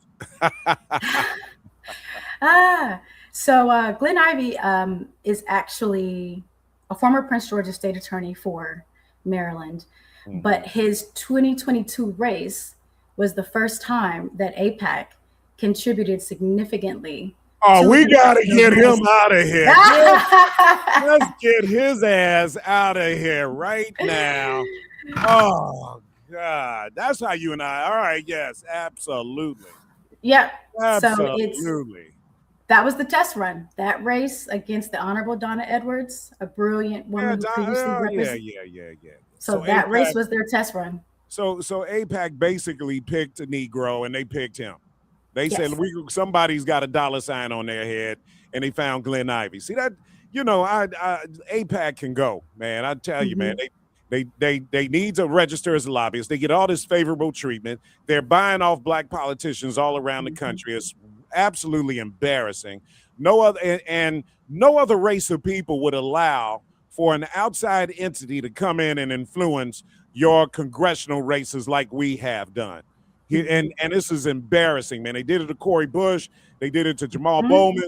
They did it to Gus Savage here in Illinois years ago before you were born, Siobhan. They did it to Cynthia McKinney. This is an absolute embarrassment. everything we were just talking about in the last segment about, when black people were freed, slavery ended, we jumped into politics, right? It was about representation, having representation, understanding that's where the bag gets sliced up is in Congress, right? Basically, what AIPAC is doing is telling you who's going to be your representative. How are we going to have an entity that has no concern about our community at all come in and then tell you who you're going to vote for? And we fall for it. We fall for it. We fall for it. No, Siobhan, you need to win this. No. I'm trying my best. And actually, I posted on Threads that I would not take AIPAC or Israeli lobbyist money, and what's happening in Palestine is a genocide. And I wound up getting death threats in my comments. So it is very much a coordinated effort to attack people who are antithetical to that level of influence, especially because I did build a district first campaign. I looked at the concerns that we had with food deserts. We have a primary care doctor shortage, and that big, beautiful bill is hindering us even more and closing those gaps. Like, I had to really look at the problems in the district to build a comprehensive plan to address it. And I'm going to say something that's probably unpopular, but I think the Democratic Party has struggled with strategy since Obama, right? Like, we saw the rise in these very right-wing ideas, and we didn't have a proper response. And then we've known about Project 2025 since 2023, and we're still, noodling on what communication and strategy looks like across America. And we're the ones paying the price, literally, every time we go to the gas station or the grocery store. So really advocating for the people and making sure their voices are front and center is what my campaign is about for Maryland. Let me ask you this, because you did say it. Break your district down again for me racially. The percentages is predominantly Black American, followed by Latino, and a mixture of Asian and Caucasian. I actually have an entire website or a tab on my website dedicated to the specifics and the demographic of Maryland's 4th. So this 4th district is proximity-wise where to Washington, D.C.? Extremely close. All right. Extremely close. So, And the Black people that live in your district, are they, for the most part, you said a lot of them work for the government. Are they educated? Are we talking about an educated population of Black voters for the most part? Yes, absolutely. Very, very engaged. We have more Black megachurches in Prince George's County than we do in Atlanta. So there is a lot of intersections with religion and politics and education. These are individuals who've built generational stability through their relationship with their jobs in the federal government. And you know what? You need to, hold on, I'm gonna put you on hold. We're gonna take a quick commercial break here, talking to our sister who is running for Congress in the 4th Congressional District of Maryland, right outside of Washington, D.C. A lot of Black professionals live in this area. A lot of us have, believe it or not, we have connection to that area for various reasons. Guys, we're Black. You live in America. We have wherever there are Black people, you got a connection. That's the bottom line, man. And you got to realize that. The incumbent there is Representative Glenn Ivey. He's one of these punk sellout Black politicians. Like what's the dude in St. Louis, West that ran against Cory Bush? He's just like that dude. All right. Wesley, I forget his name. You know his name, Siobhan? I forget his name. He's the forget his name. I don't commit it to memory. I don't commit that type of, I know, right? No, but he's the sitting congressman down there now in St. Louis. Wesley is, God dog, I can't think of his name. But this dude, let me tell you how rotten he is and how AIPAC picked his punk ass out, right? He was the state's attorney down there. He told Cory Bush that he wasn't going to run against her. Told Cory Bush he wasn't going to run against her. He wanted to run for the Senate seat. Wesley Hunt, punk ass. So AIPAC approached this other brother and threw the bag in front of him. And he was like, nah, I'm not doing that to my sister. See, that's Black. That's being Black right there. Now, Wesley Hunt, after telling Cori Bush that he wasn't going to run against her, got that bag in front of him and then ran against her behind her back. See, we got to smoke out Negroes like that. Wesley Hunt needs to go. I hope Cori Bush gets her seat back. And trust me, Glenn Ivey needs to get smoked the hell out. More with our girl Siobhan when we return on the Matt McGill Show. More from Matt McGill coming up on the Talk of Chicago, 1690 WVON. Good afternoon, everyone. Atiba Buchanan from the Afternoon Show. You know, I was out sick last week, and I want to thank all of you very quickly for your prayers and your well wishes. They meant a lot. But I am back.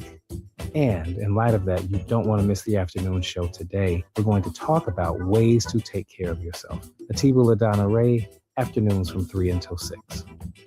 Chicago's own Avery R. Young brings a bold new sound to lyric opera. Saffronia blends soul, gospel, and funk in a powerful, deeply personal world premiere. April 17th and 18th at Lyric Opera of Chicago. Get tickets now at lyricopera.org. I've tried everything to stand out at work. Donuts, a company coffee blend, even dressed as the company mascot for Halloween. There's an easier way, a ComEd facility assessment. Their engineer gave my company free insights and actions that saved us $732,000 on energy. Easy, right? Learn how ComEd can help you save at ComEd.com/facility assessment. ComEd, powering lives. Savings will vary based on customers' usage and rate. WVON is all about family. That's why Jill Ross of the Shenanigans series is back, bringing literacy to life for young people ages 6 to 16. It's the Chicago Read-In, Saturday, April 25th at the Harold Washington Cultural Center, 4701 South King Drive. The Chicago Read-In is designed to excite and stimulate the minds of young people by promoting the power of literacy and storytelling. It's an afternoon of live performances, including hip-hop ballet from Homer Bryant's Hiplex Ballet Troupe, fresh off Broadway as Simba in The Lion King. It's Chicago's own A.J. Rhodes Jr. Enjoy spoken word by Logan Liu, blues by Fernando Jones, and get a history lesson on Maxwell Street from actress Dawn Bless. There'll be tap, mimes, sculptors, black cowboys. We're bringing our history to life for the next generation. You can also meet authors, purchase books, and connect to other child-friendly resources. The Chicago Read-In is a family affair and it's free, but registration is required. Register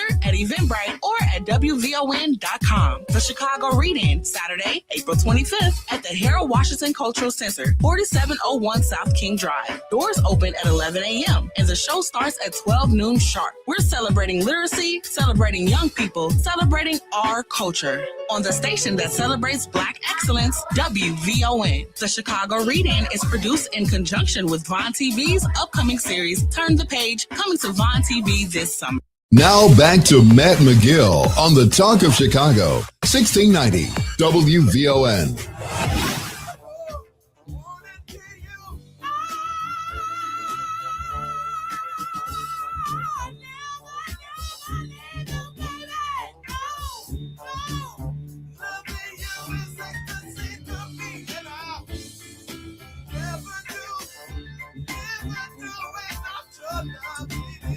All right, 591-1690. We're going to open up phone lines, and then we got a guest coming on. Oh, my brother, Black Ice, coming on with us at 2:45. My man, he's going to be performing at the City Winery, so we're going to talk to him and a lot more. Right now, we're talking to our sister from Maryland, who's running for the 4th Congressional District there, Siobhan Hedgepeth. She wants to be the congressional representation matters.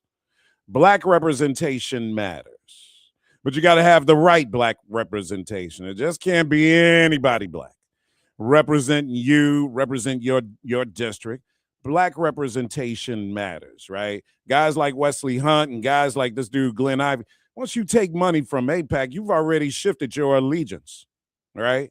That's just the reality. If you can't win without somebody holding a bag over your head and see what you do. I bet, Sister Siobhan, if we pay attention to his votes, he's probably voted consistently to fund AIPAC, to fund Israel and to fund weapons and military assistance to Israel.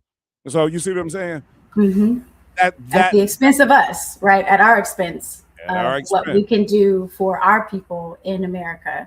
Absolutely. Absolutely. And I will say that he did run 2 other times before that race, and he was unable to, secure the seat. But he was with AIPAC, and constituents have asked him not to take that money, and he continues to do so. Keep talking about that, and keep letting people know that there is a genocide going on in Gaza. And Congresswoman Robin Kelly put it so intelligently in her race for the Senate here. They asked her a question about it, right? In a debate, they asked her, is it a genocide? She said, it didn't start that way, but it definitely ended that way. And you know what I'm saying? And it was a very direct, diplomatic way of saying, you know what I mean? It didn't start that way, but it absolutely is now, and it ended that way, right? And it's still going on, genocide over there, and it has for a long time. Play this clip by my brother from the Defiant Lawyers Network, and I want you to listen to this a little bit, Siobhan. This is my brother, Augustus Corbett. People are destroyed for lack of knowledge.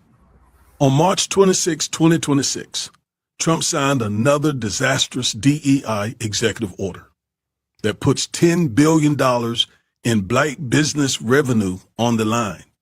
And if you work for an entity that has a federal contract or contracts, this affects you too. Stay with me. Here's what this disastrous executive order requires. Every company with a federal contract, and we're talking millions of jobs, must now certify they have zero DEI activities. So here's what's actually at stake. Over 5,300 black-owned businesses hold active federal contracts right now as I speak. And black business ownership was growing at the fastest rate it has seen in 30 years until this. This isn't happening in a vacuum. Since Trump took office, black men have already lost over 500,000 jobs because of Trump's anti-DEI agenda. And that's on top of a nearly 2 million job deficit that we're already dealing with. See what I'm saying? You see what I'm saying? This is what's at stake right now. And that's just, Sister Siobhan, that's just a little bit. I didn't play the whole clip for you. All right. But when I say we need representation and the right representation, the right black representation, that's what I'm talking about. Because that's what's going on right now, this moment that we're living in, my sister. And we need you in Washington at the Capitol to make sure that you have that kind of information as a resource to sit down and say, this is not going to happen on my watch, not while I'm representing the 4th Congressional District of Maryland. That's what we need, my sister. And I actually posted this on Threads 2 days ago, so I have the figures ahead of me. So it's 567,000 black men who have lost their jobs between November 2025 and February 2026. And that's from the Bureau of Labor Statistics. And for black women, the Institute for Women's Policy Research found that by the end of 2025, there were 113,000 fewer jobs than what they started with. And federal employment dropped by more than 30%, compared to 11.6 for all other women in the federal service. And because we have such a large concentration of federal workers, those are our neighbors that are being hit the hardest by these DEI policies. Absolutely. We also and I would imagine your district too, the 4th district's got to be getting hit hard. Absolutely. Food insecurity. They're also massive ICE activity here. They're trying to push through digital redlining efforts with data centers within Maryland. And so we have a lot of concerns that we are trying to fight back against. And because we haven't adequately built a strategy to respond to Project 2025, everything is reactionary and it's not proactive. And we need proactive right now because these policies are going to take years and years to undo, to rebuild what we've worked so hard and our ancestors have worked so hard to create for us. So yeah, it's a very challenging landscape to be in right now. You know, Melody said we were at an event a couple of weeks ago, all black event, all black people, and we were there to raise money. And Melody said we have got, as black people, we have got to stop expecting other people to pay for our freedom. And basically what she meant by that is when it comes to supporting people that we want to be in Congress, we have to pay for it. You know what we've been allowing to happen? People like AIPAC to come in and pay because they know black people, we're not giving with our dollars. They come in and then they control who we send to Congress. That cannot continue to happen. That is a losing strategy, guys. That's a losing reality. It happened here before with Gus Savage. And you know what happened after that. Cynthia McKinney, Cori Bush, Jamal Bowman. We're talking about strong black representatives that lost their voices just because they had the courage to speak up and say, why are we spending so much money in Israel? We got black people in the United States of America that need some of the same support. That's how they got out of Congress. AIPAC targeted them for being pro-black. Can't let this happen. Sister, I can't tell people what to do with their money. It's against FCC rules, but what can people do to help you, my sister? You know, thank you for that. I did want to bring up that Black Girls Politicking, led by Michaela in Houston, Texas, does a great job of centering this conversation. She posted a graphic today that said, large donors on average raise more than 3 times the funds for white female candidates, which is $527,000, than what they raise for black female candidates, which is $161,000. And a lot of times Democrats do ask for money a lot. We do, right? But it's so we can engage our voters and reach them where they are. And that does take donations. So if anyone would like to donate to my campaign, my website is votesiobhanforcongress.com. I'm getting a lot of requests for yard signs and window signs and road signs. And I can only do that with donations. And the name of the game is name recognition and visibility. And so I'm only able to do that against a well-funded candidate with small dollar donations. That's right. But while I do have the slot here, I do want to thank everyone who has donated to my campaign so far, from finding me on Threads or Instagram or TikTok and the Wizards game. I'm very grateful for everyone who's contributed so far. I'm a Wizards girl. I do have a season ticket to the Wizards. We can talk about their performance a little later. Okay. But, you know, I want to thank all of the other media opportunities that I've had. I keep it classic in Atlanta. Black Girls Politicking, Black and Briefed in Atlanta. I'm very grateful for everyone sharing their time with me. And Mr. McGill, thank you so much for taking our conversation in the bar in Chicago and turning it into an opportunity for me to chat with people. We're turning it into Black Power. Go on our Facebook page, Siobhan, and make sure, I think you did it already, but make sure you share your contact again so people can find you and help. And tell Michaela, who you were just talking about, tell her to come on the show as well so we can talk about this and expand this conversation, okay? Yeah, absolutely. I appreciate that. All right. I love you, my sister. Thank you so much. I love you too. Thank you. Bye. All right. Black Power, everybody. Don't go anywhere. Logan has news coming up next. Hope you're having a marvelous Monday afternoon, Chicago. I'm Logan Page, and here's happening in your local and national news. Alderman Will Hall appeared on the Cleopatra Show earlier to discuss the annual Spend in the Black event held along 75th Street in Chicago's Chatham neighborhood. He expressed a desire for even greater participation from Chicago in the future. Hall also hopes to expand the initiative by adding an art space to enrich local culture. You know, the only thing that was missing this year was the 2.3 million people in Chicago. And so whenever someone says, oh man, I didn't hear about it, that means we got one more person to tell about it. And so again, we were glad about just the positivity and the good energy that was there. And I'll say this, Cleo, one of the things that I love this year was families. There was so many families.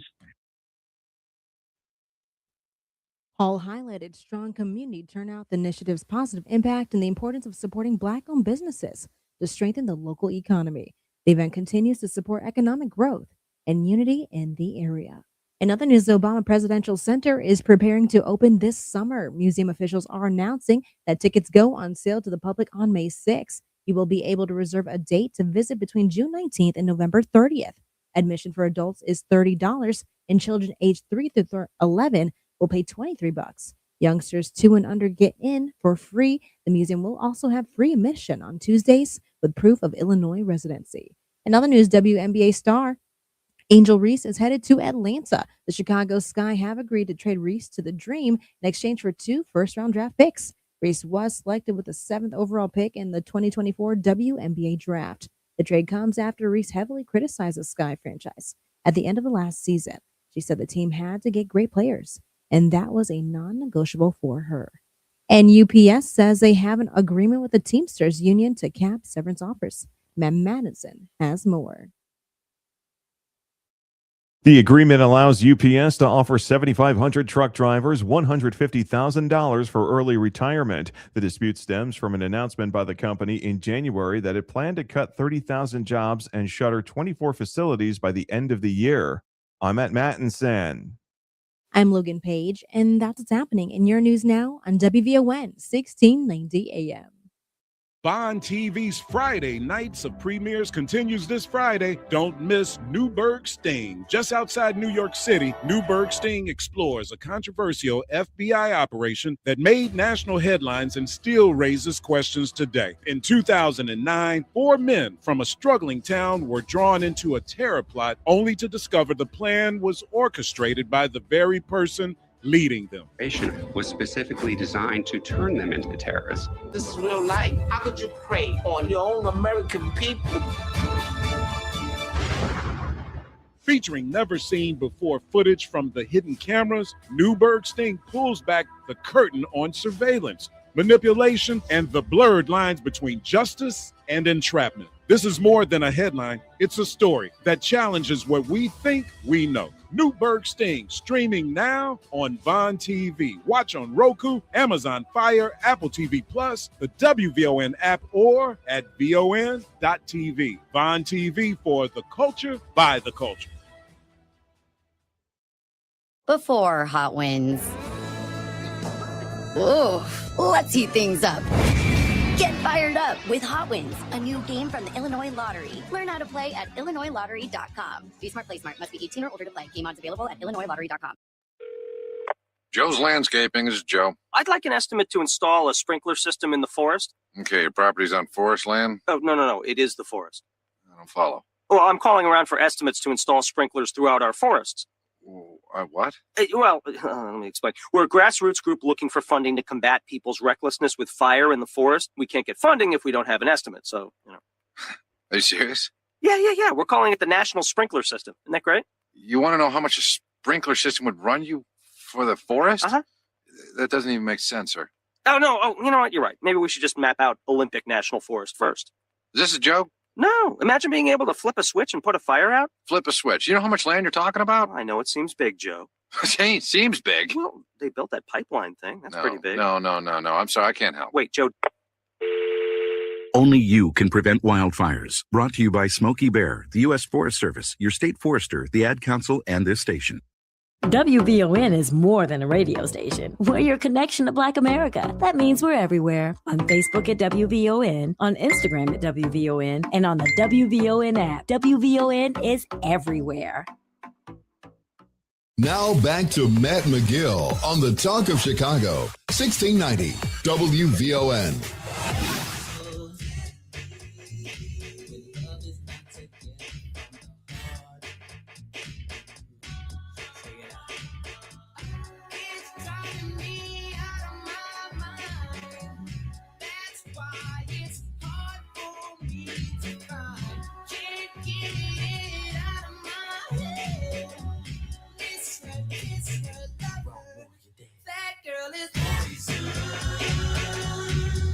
I'm getting okay by Matt here. Different facial expression.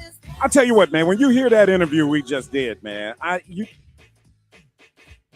guys tell me, man, let's put this in perspective. What's going on out here, brothers and sisters? Man, we have had AIPAC basically disrespect our community for the last 40 years. For the last 40 years. And it's been because we've had black politicians that have stood up and basically haven't done anything wrong, but just talk about the fact that we spend a lot of money on Israel and we don't spend enough money on Black America. That is what our representatives are supposed to do. That's why we send them to Congress, to say that. And then what do they do in turn? They target those Black representatives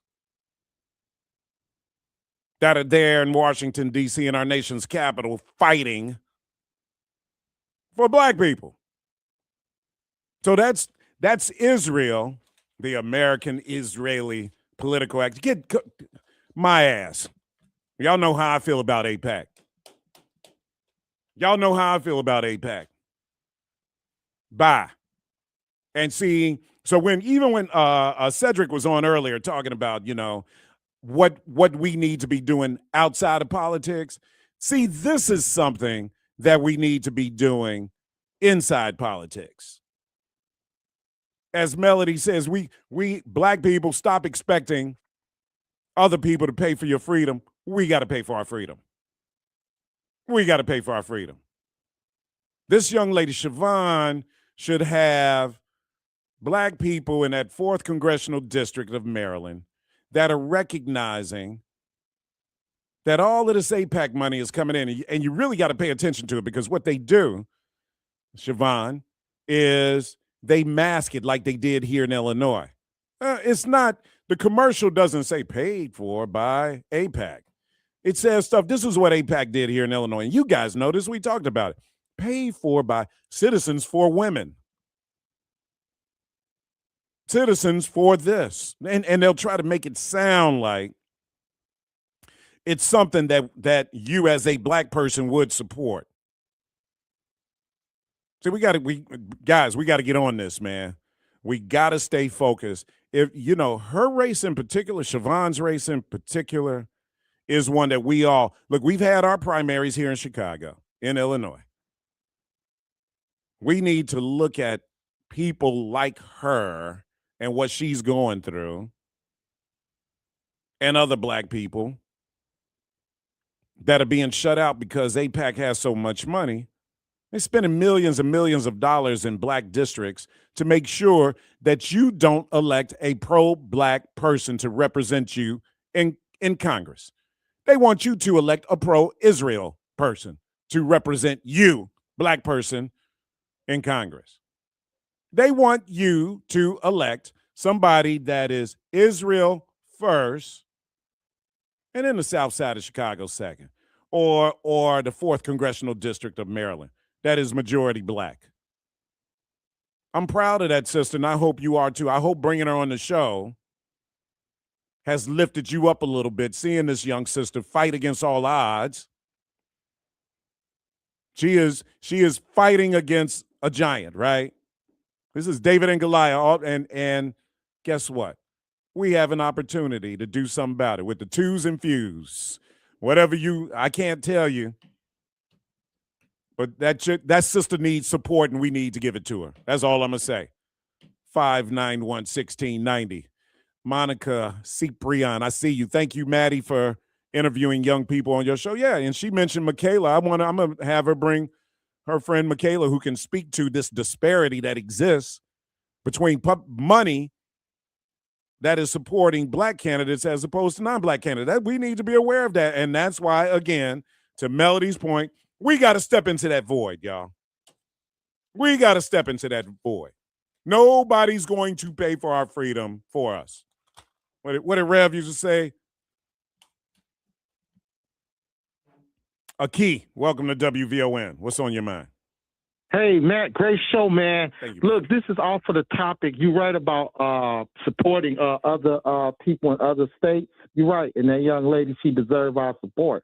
But I call to tell you, because you're a studious person, I want you to look up this guy by the name of Neil deGrasse Tyson. He's a Black astrophysicist. Yeah, he's amazing. And I was looking at him, and he just basically said the guys that's going up in the space shuttle, this is a guy, Black guy. He's very intelligent. He get paid for studying what's going. He says it's impossible. Mm-hmm. I'm calling. He said Neil deGrasse Tyson, which is a Black man. He's very intelligent. Has a show. And he's basically focused on what's going on in the solar system. Mm-hmm. He says it's impossible. He said a moon landing didn't occur. And there's other people in other countries that agree with him that this is all a farce. Yeah, but don't you think, though, if the landing on the moon, and I don't know, brother, I don't know, but don't you think if the landing on the moon was fake and was a farce, that we would have heard about it by now, and it wouldn't have been like through social media. It would have been through Russia, because this is who we were in competition with to get to the moon, and they would have been like, yeah, but no, that is false. We are watching the moon. We have satellite images. There's no way that somebody landed on the moon. We would have seen, Russia would have, don't you think, though? And I'm all for, if people want to say it's a hoax, it's a hoax, but don't you think it would have been busted out by now? They have, Matt. That's why you got to go. Like WVON, y'all a gym. A lot of people not getting the information, like how you just had that young lady up there presenting her case, and she lives in a lot of people. So y'all a gym. It's a lot of, broadcasting companies, they suppress information. See, and I'm not a conspiracist. I don't want people, all these no, I'm saying you can go and do the research. A lot of other countries have stated this. That this space race stuff is just what it is. Mm-hmm. It's a space. It's not real. So let's use this though as an example. Artemis 2, this space rocket right now. Are you suggesting that this is fake? That this is not really happening? Yeah, because Neil deGrasse Tyson. Have you ever seen? I'm into science. Have you ever? I'll look it up. I'll look it up after the show. I'll look it up. But don't you think it would be impossible to fake what is going on right now? No, because they wouldn't deal with that. Why wouldn't China call it out there? Listen, let me tell you something. All these Western countries, China think that we're crazy. They said that the United States, Russian, Western countries are crazy for even thinking. You know what I'm saying? This is the truth. All right, now I'm going to say this. Key, I'm telling you, I got somebody on Facebook Live that's saying DeGrasse never said the moon landing was fake. No, they're go on YouTube. All right. They just posted it. I'm going to give you one more name, Stephen Hawking. Yeah, he's another astrophysicist. I know these cats. I'm not. Yeah. All right, I hear you, brother. Let me grab Carl right quick. Carl, what's on your mind, real quick? I got 1 minute. Okay, so back in 1969, when they landed on the moon, I was 12. That was as real as it could be in my eyes. My mother back then, who was born in 1912, didn't believe it. She thought it was a Hollywood prop. I told her she was nuts. Look. If you want to travel to Florida and watch the rocket take off, what do you think? They just go up there and circle just for the H of it? No. What we're hearing is this information. I do believe they've been to the moon.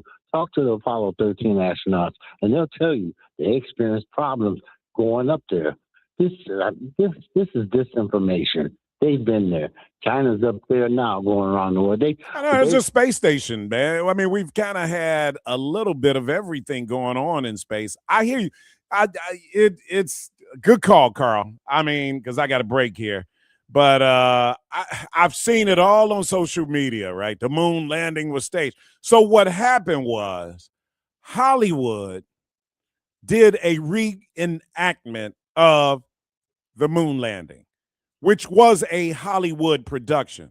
But this was after the actual moon landing. So you had the actual moon landing, and then Hollywood in a studio shot what they said, this is what it probably looked like. And everybody's going off of that footage and saying, see, it was fake. Look at this, man. These are actors and stuff. I don't know, man. 591-1690. My brother Black Ice up next. King of Poetry. I see you, my brother. He's going to be performing at the City Winery, right? All right. I think he'll tell us when he comes up next. Don't go anywhere. You're listening to the Matt McGill Show. More from Matt McGill coming up on the Talk of Chicago, 1690 WVON. Think your old cannabis record disappeared when Illinois legalized it? Myth. Think expungement costs too much or requires a trip to court? Another myth. Hear the facts. New Leaf, Illinois can help you clear your cannabis record plus other eligible records for free. Join Rufus Williams and New Leaf, Illinois for a special takeover of the WVON Morning Show, Monday, April 20th at 8 a.m. Learn the truth about clearing your record and how you can turn over a new leaf.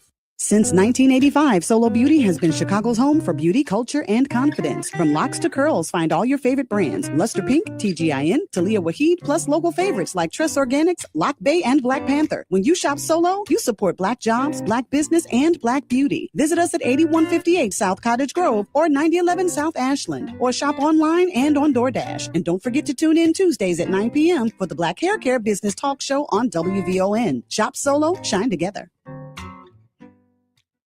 Tuned in to your favorite WVON personalities on Facebook Live? Don't just watch, like it, love it, share it. Every click helps us grow the conversation and keep the community strong. So remember, like it, love it, share it, Chicago. Caring for someone with dementia is challenging, but there is help. The Alzheimer's Association Illinois chapter is hosting their 4th annual African American Release the Silence Conference. This free event offers resources, real conversations, and guidance on topics like caregiving, brain health, and more. Release the Silence Conference is Saturday, April 25th at the UIC Forum. Doors open at 9 a.m. To register, call their helpline at 1-800-272-3900. That's 1-800-272-3900. WVON, media sponsor and proud partner. Catch Reverend Al Sharpton online at WVON.com or on the WVON app. Just click the Al Sharpton banner. Tune in every day at 12 noon for your daily dose. And if you miss it, catch the overnight replay from midnight to 3 a.m. We're keeping it real with Al Sharpton on WVON 1690. Reverend Al told you personally, keep it real. Keep it real. Keep it real. This place has a pulse. You hear it in the canopy, feel it in the ground. Life, fully illuminated, engulfs you. From the birds singing in the treetops above to the tiniest insects in the soil below, you take a deep, cleansing breath, filling your lungs with the essence of the forest. Now, imagine it's all gone. Healthy, life-giving forests reduced to nothing. No singing birds, no lush canopy, and water and food in short supply around the world. Time is running out to protect our forests, and without our love, they can and will disappear. It's our choice. Love it or lose it. Help protect our forests. Visit World Wildlife Fund at wwf.org/love. Hey Alexa, play WVON 1690 AM. Getting WVON 1690 AM station from iHeartRadio. Try it out for yourself. America is listening to WVON. Now back to Matt McGill on the Talk of Chicago, 1690 WVON. With the groove I only got, you'll all be moved. Ready or not, here we come, getting down on the one which we believe. Can I get it on my foot? On. Turn my gas down, what the hell?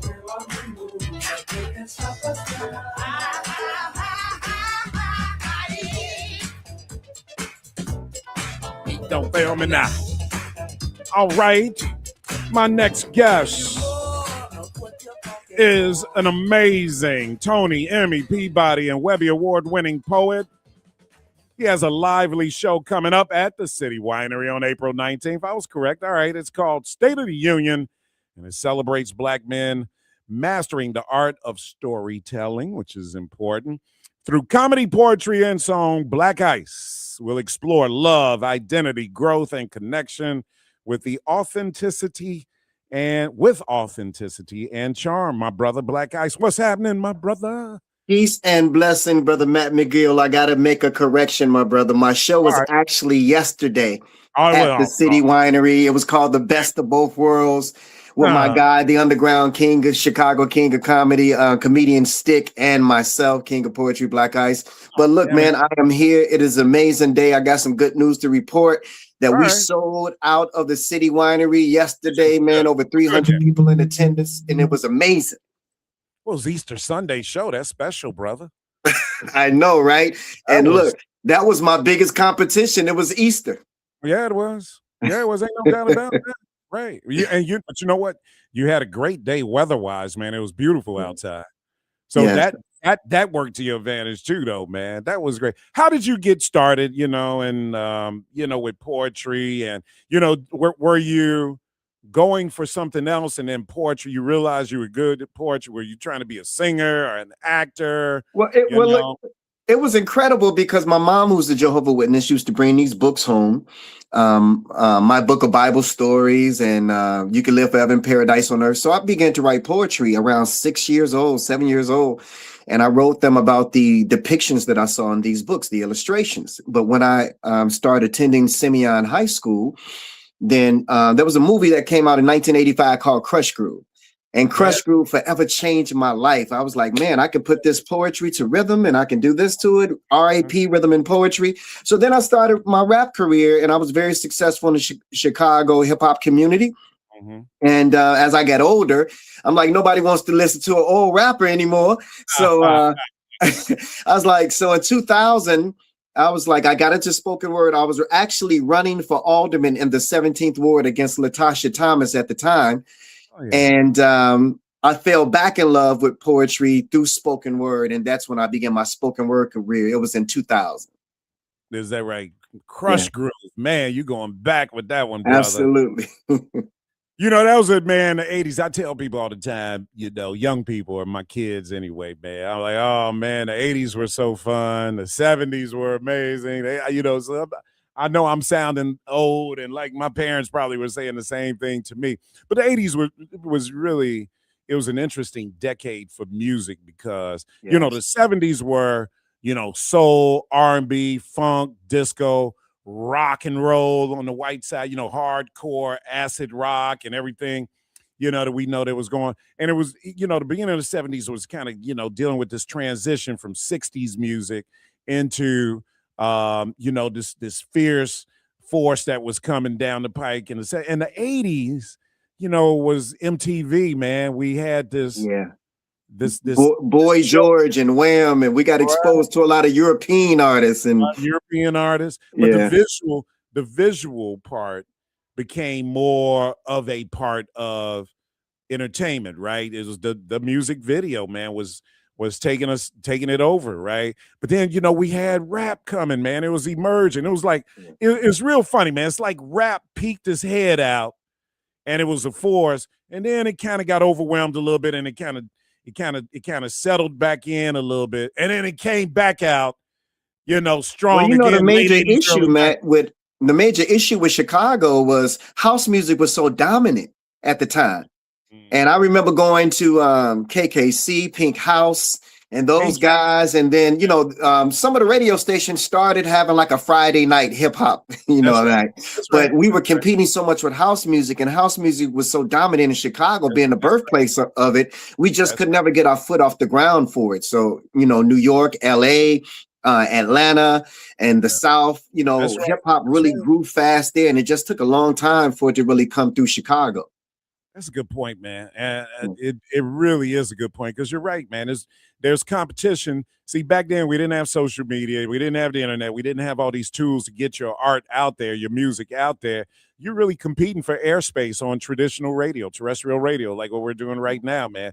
And like you said, HPK, KKC, these stations, man, that were kind of like underground. They were, hip hop was trying to pierce through, but like you said, house music was on BMX. Coming fast and furious.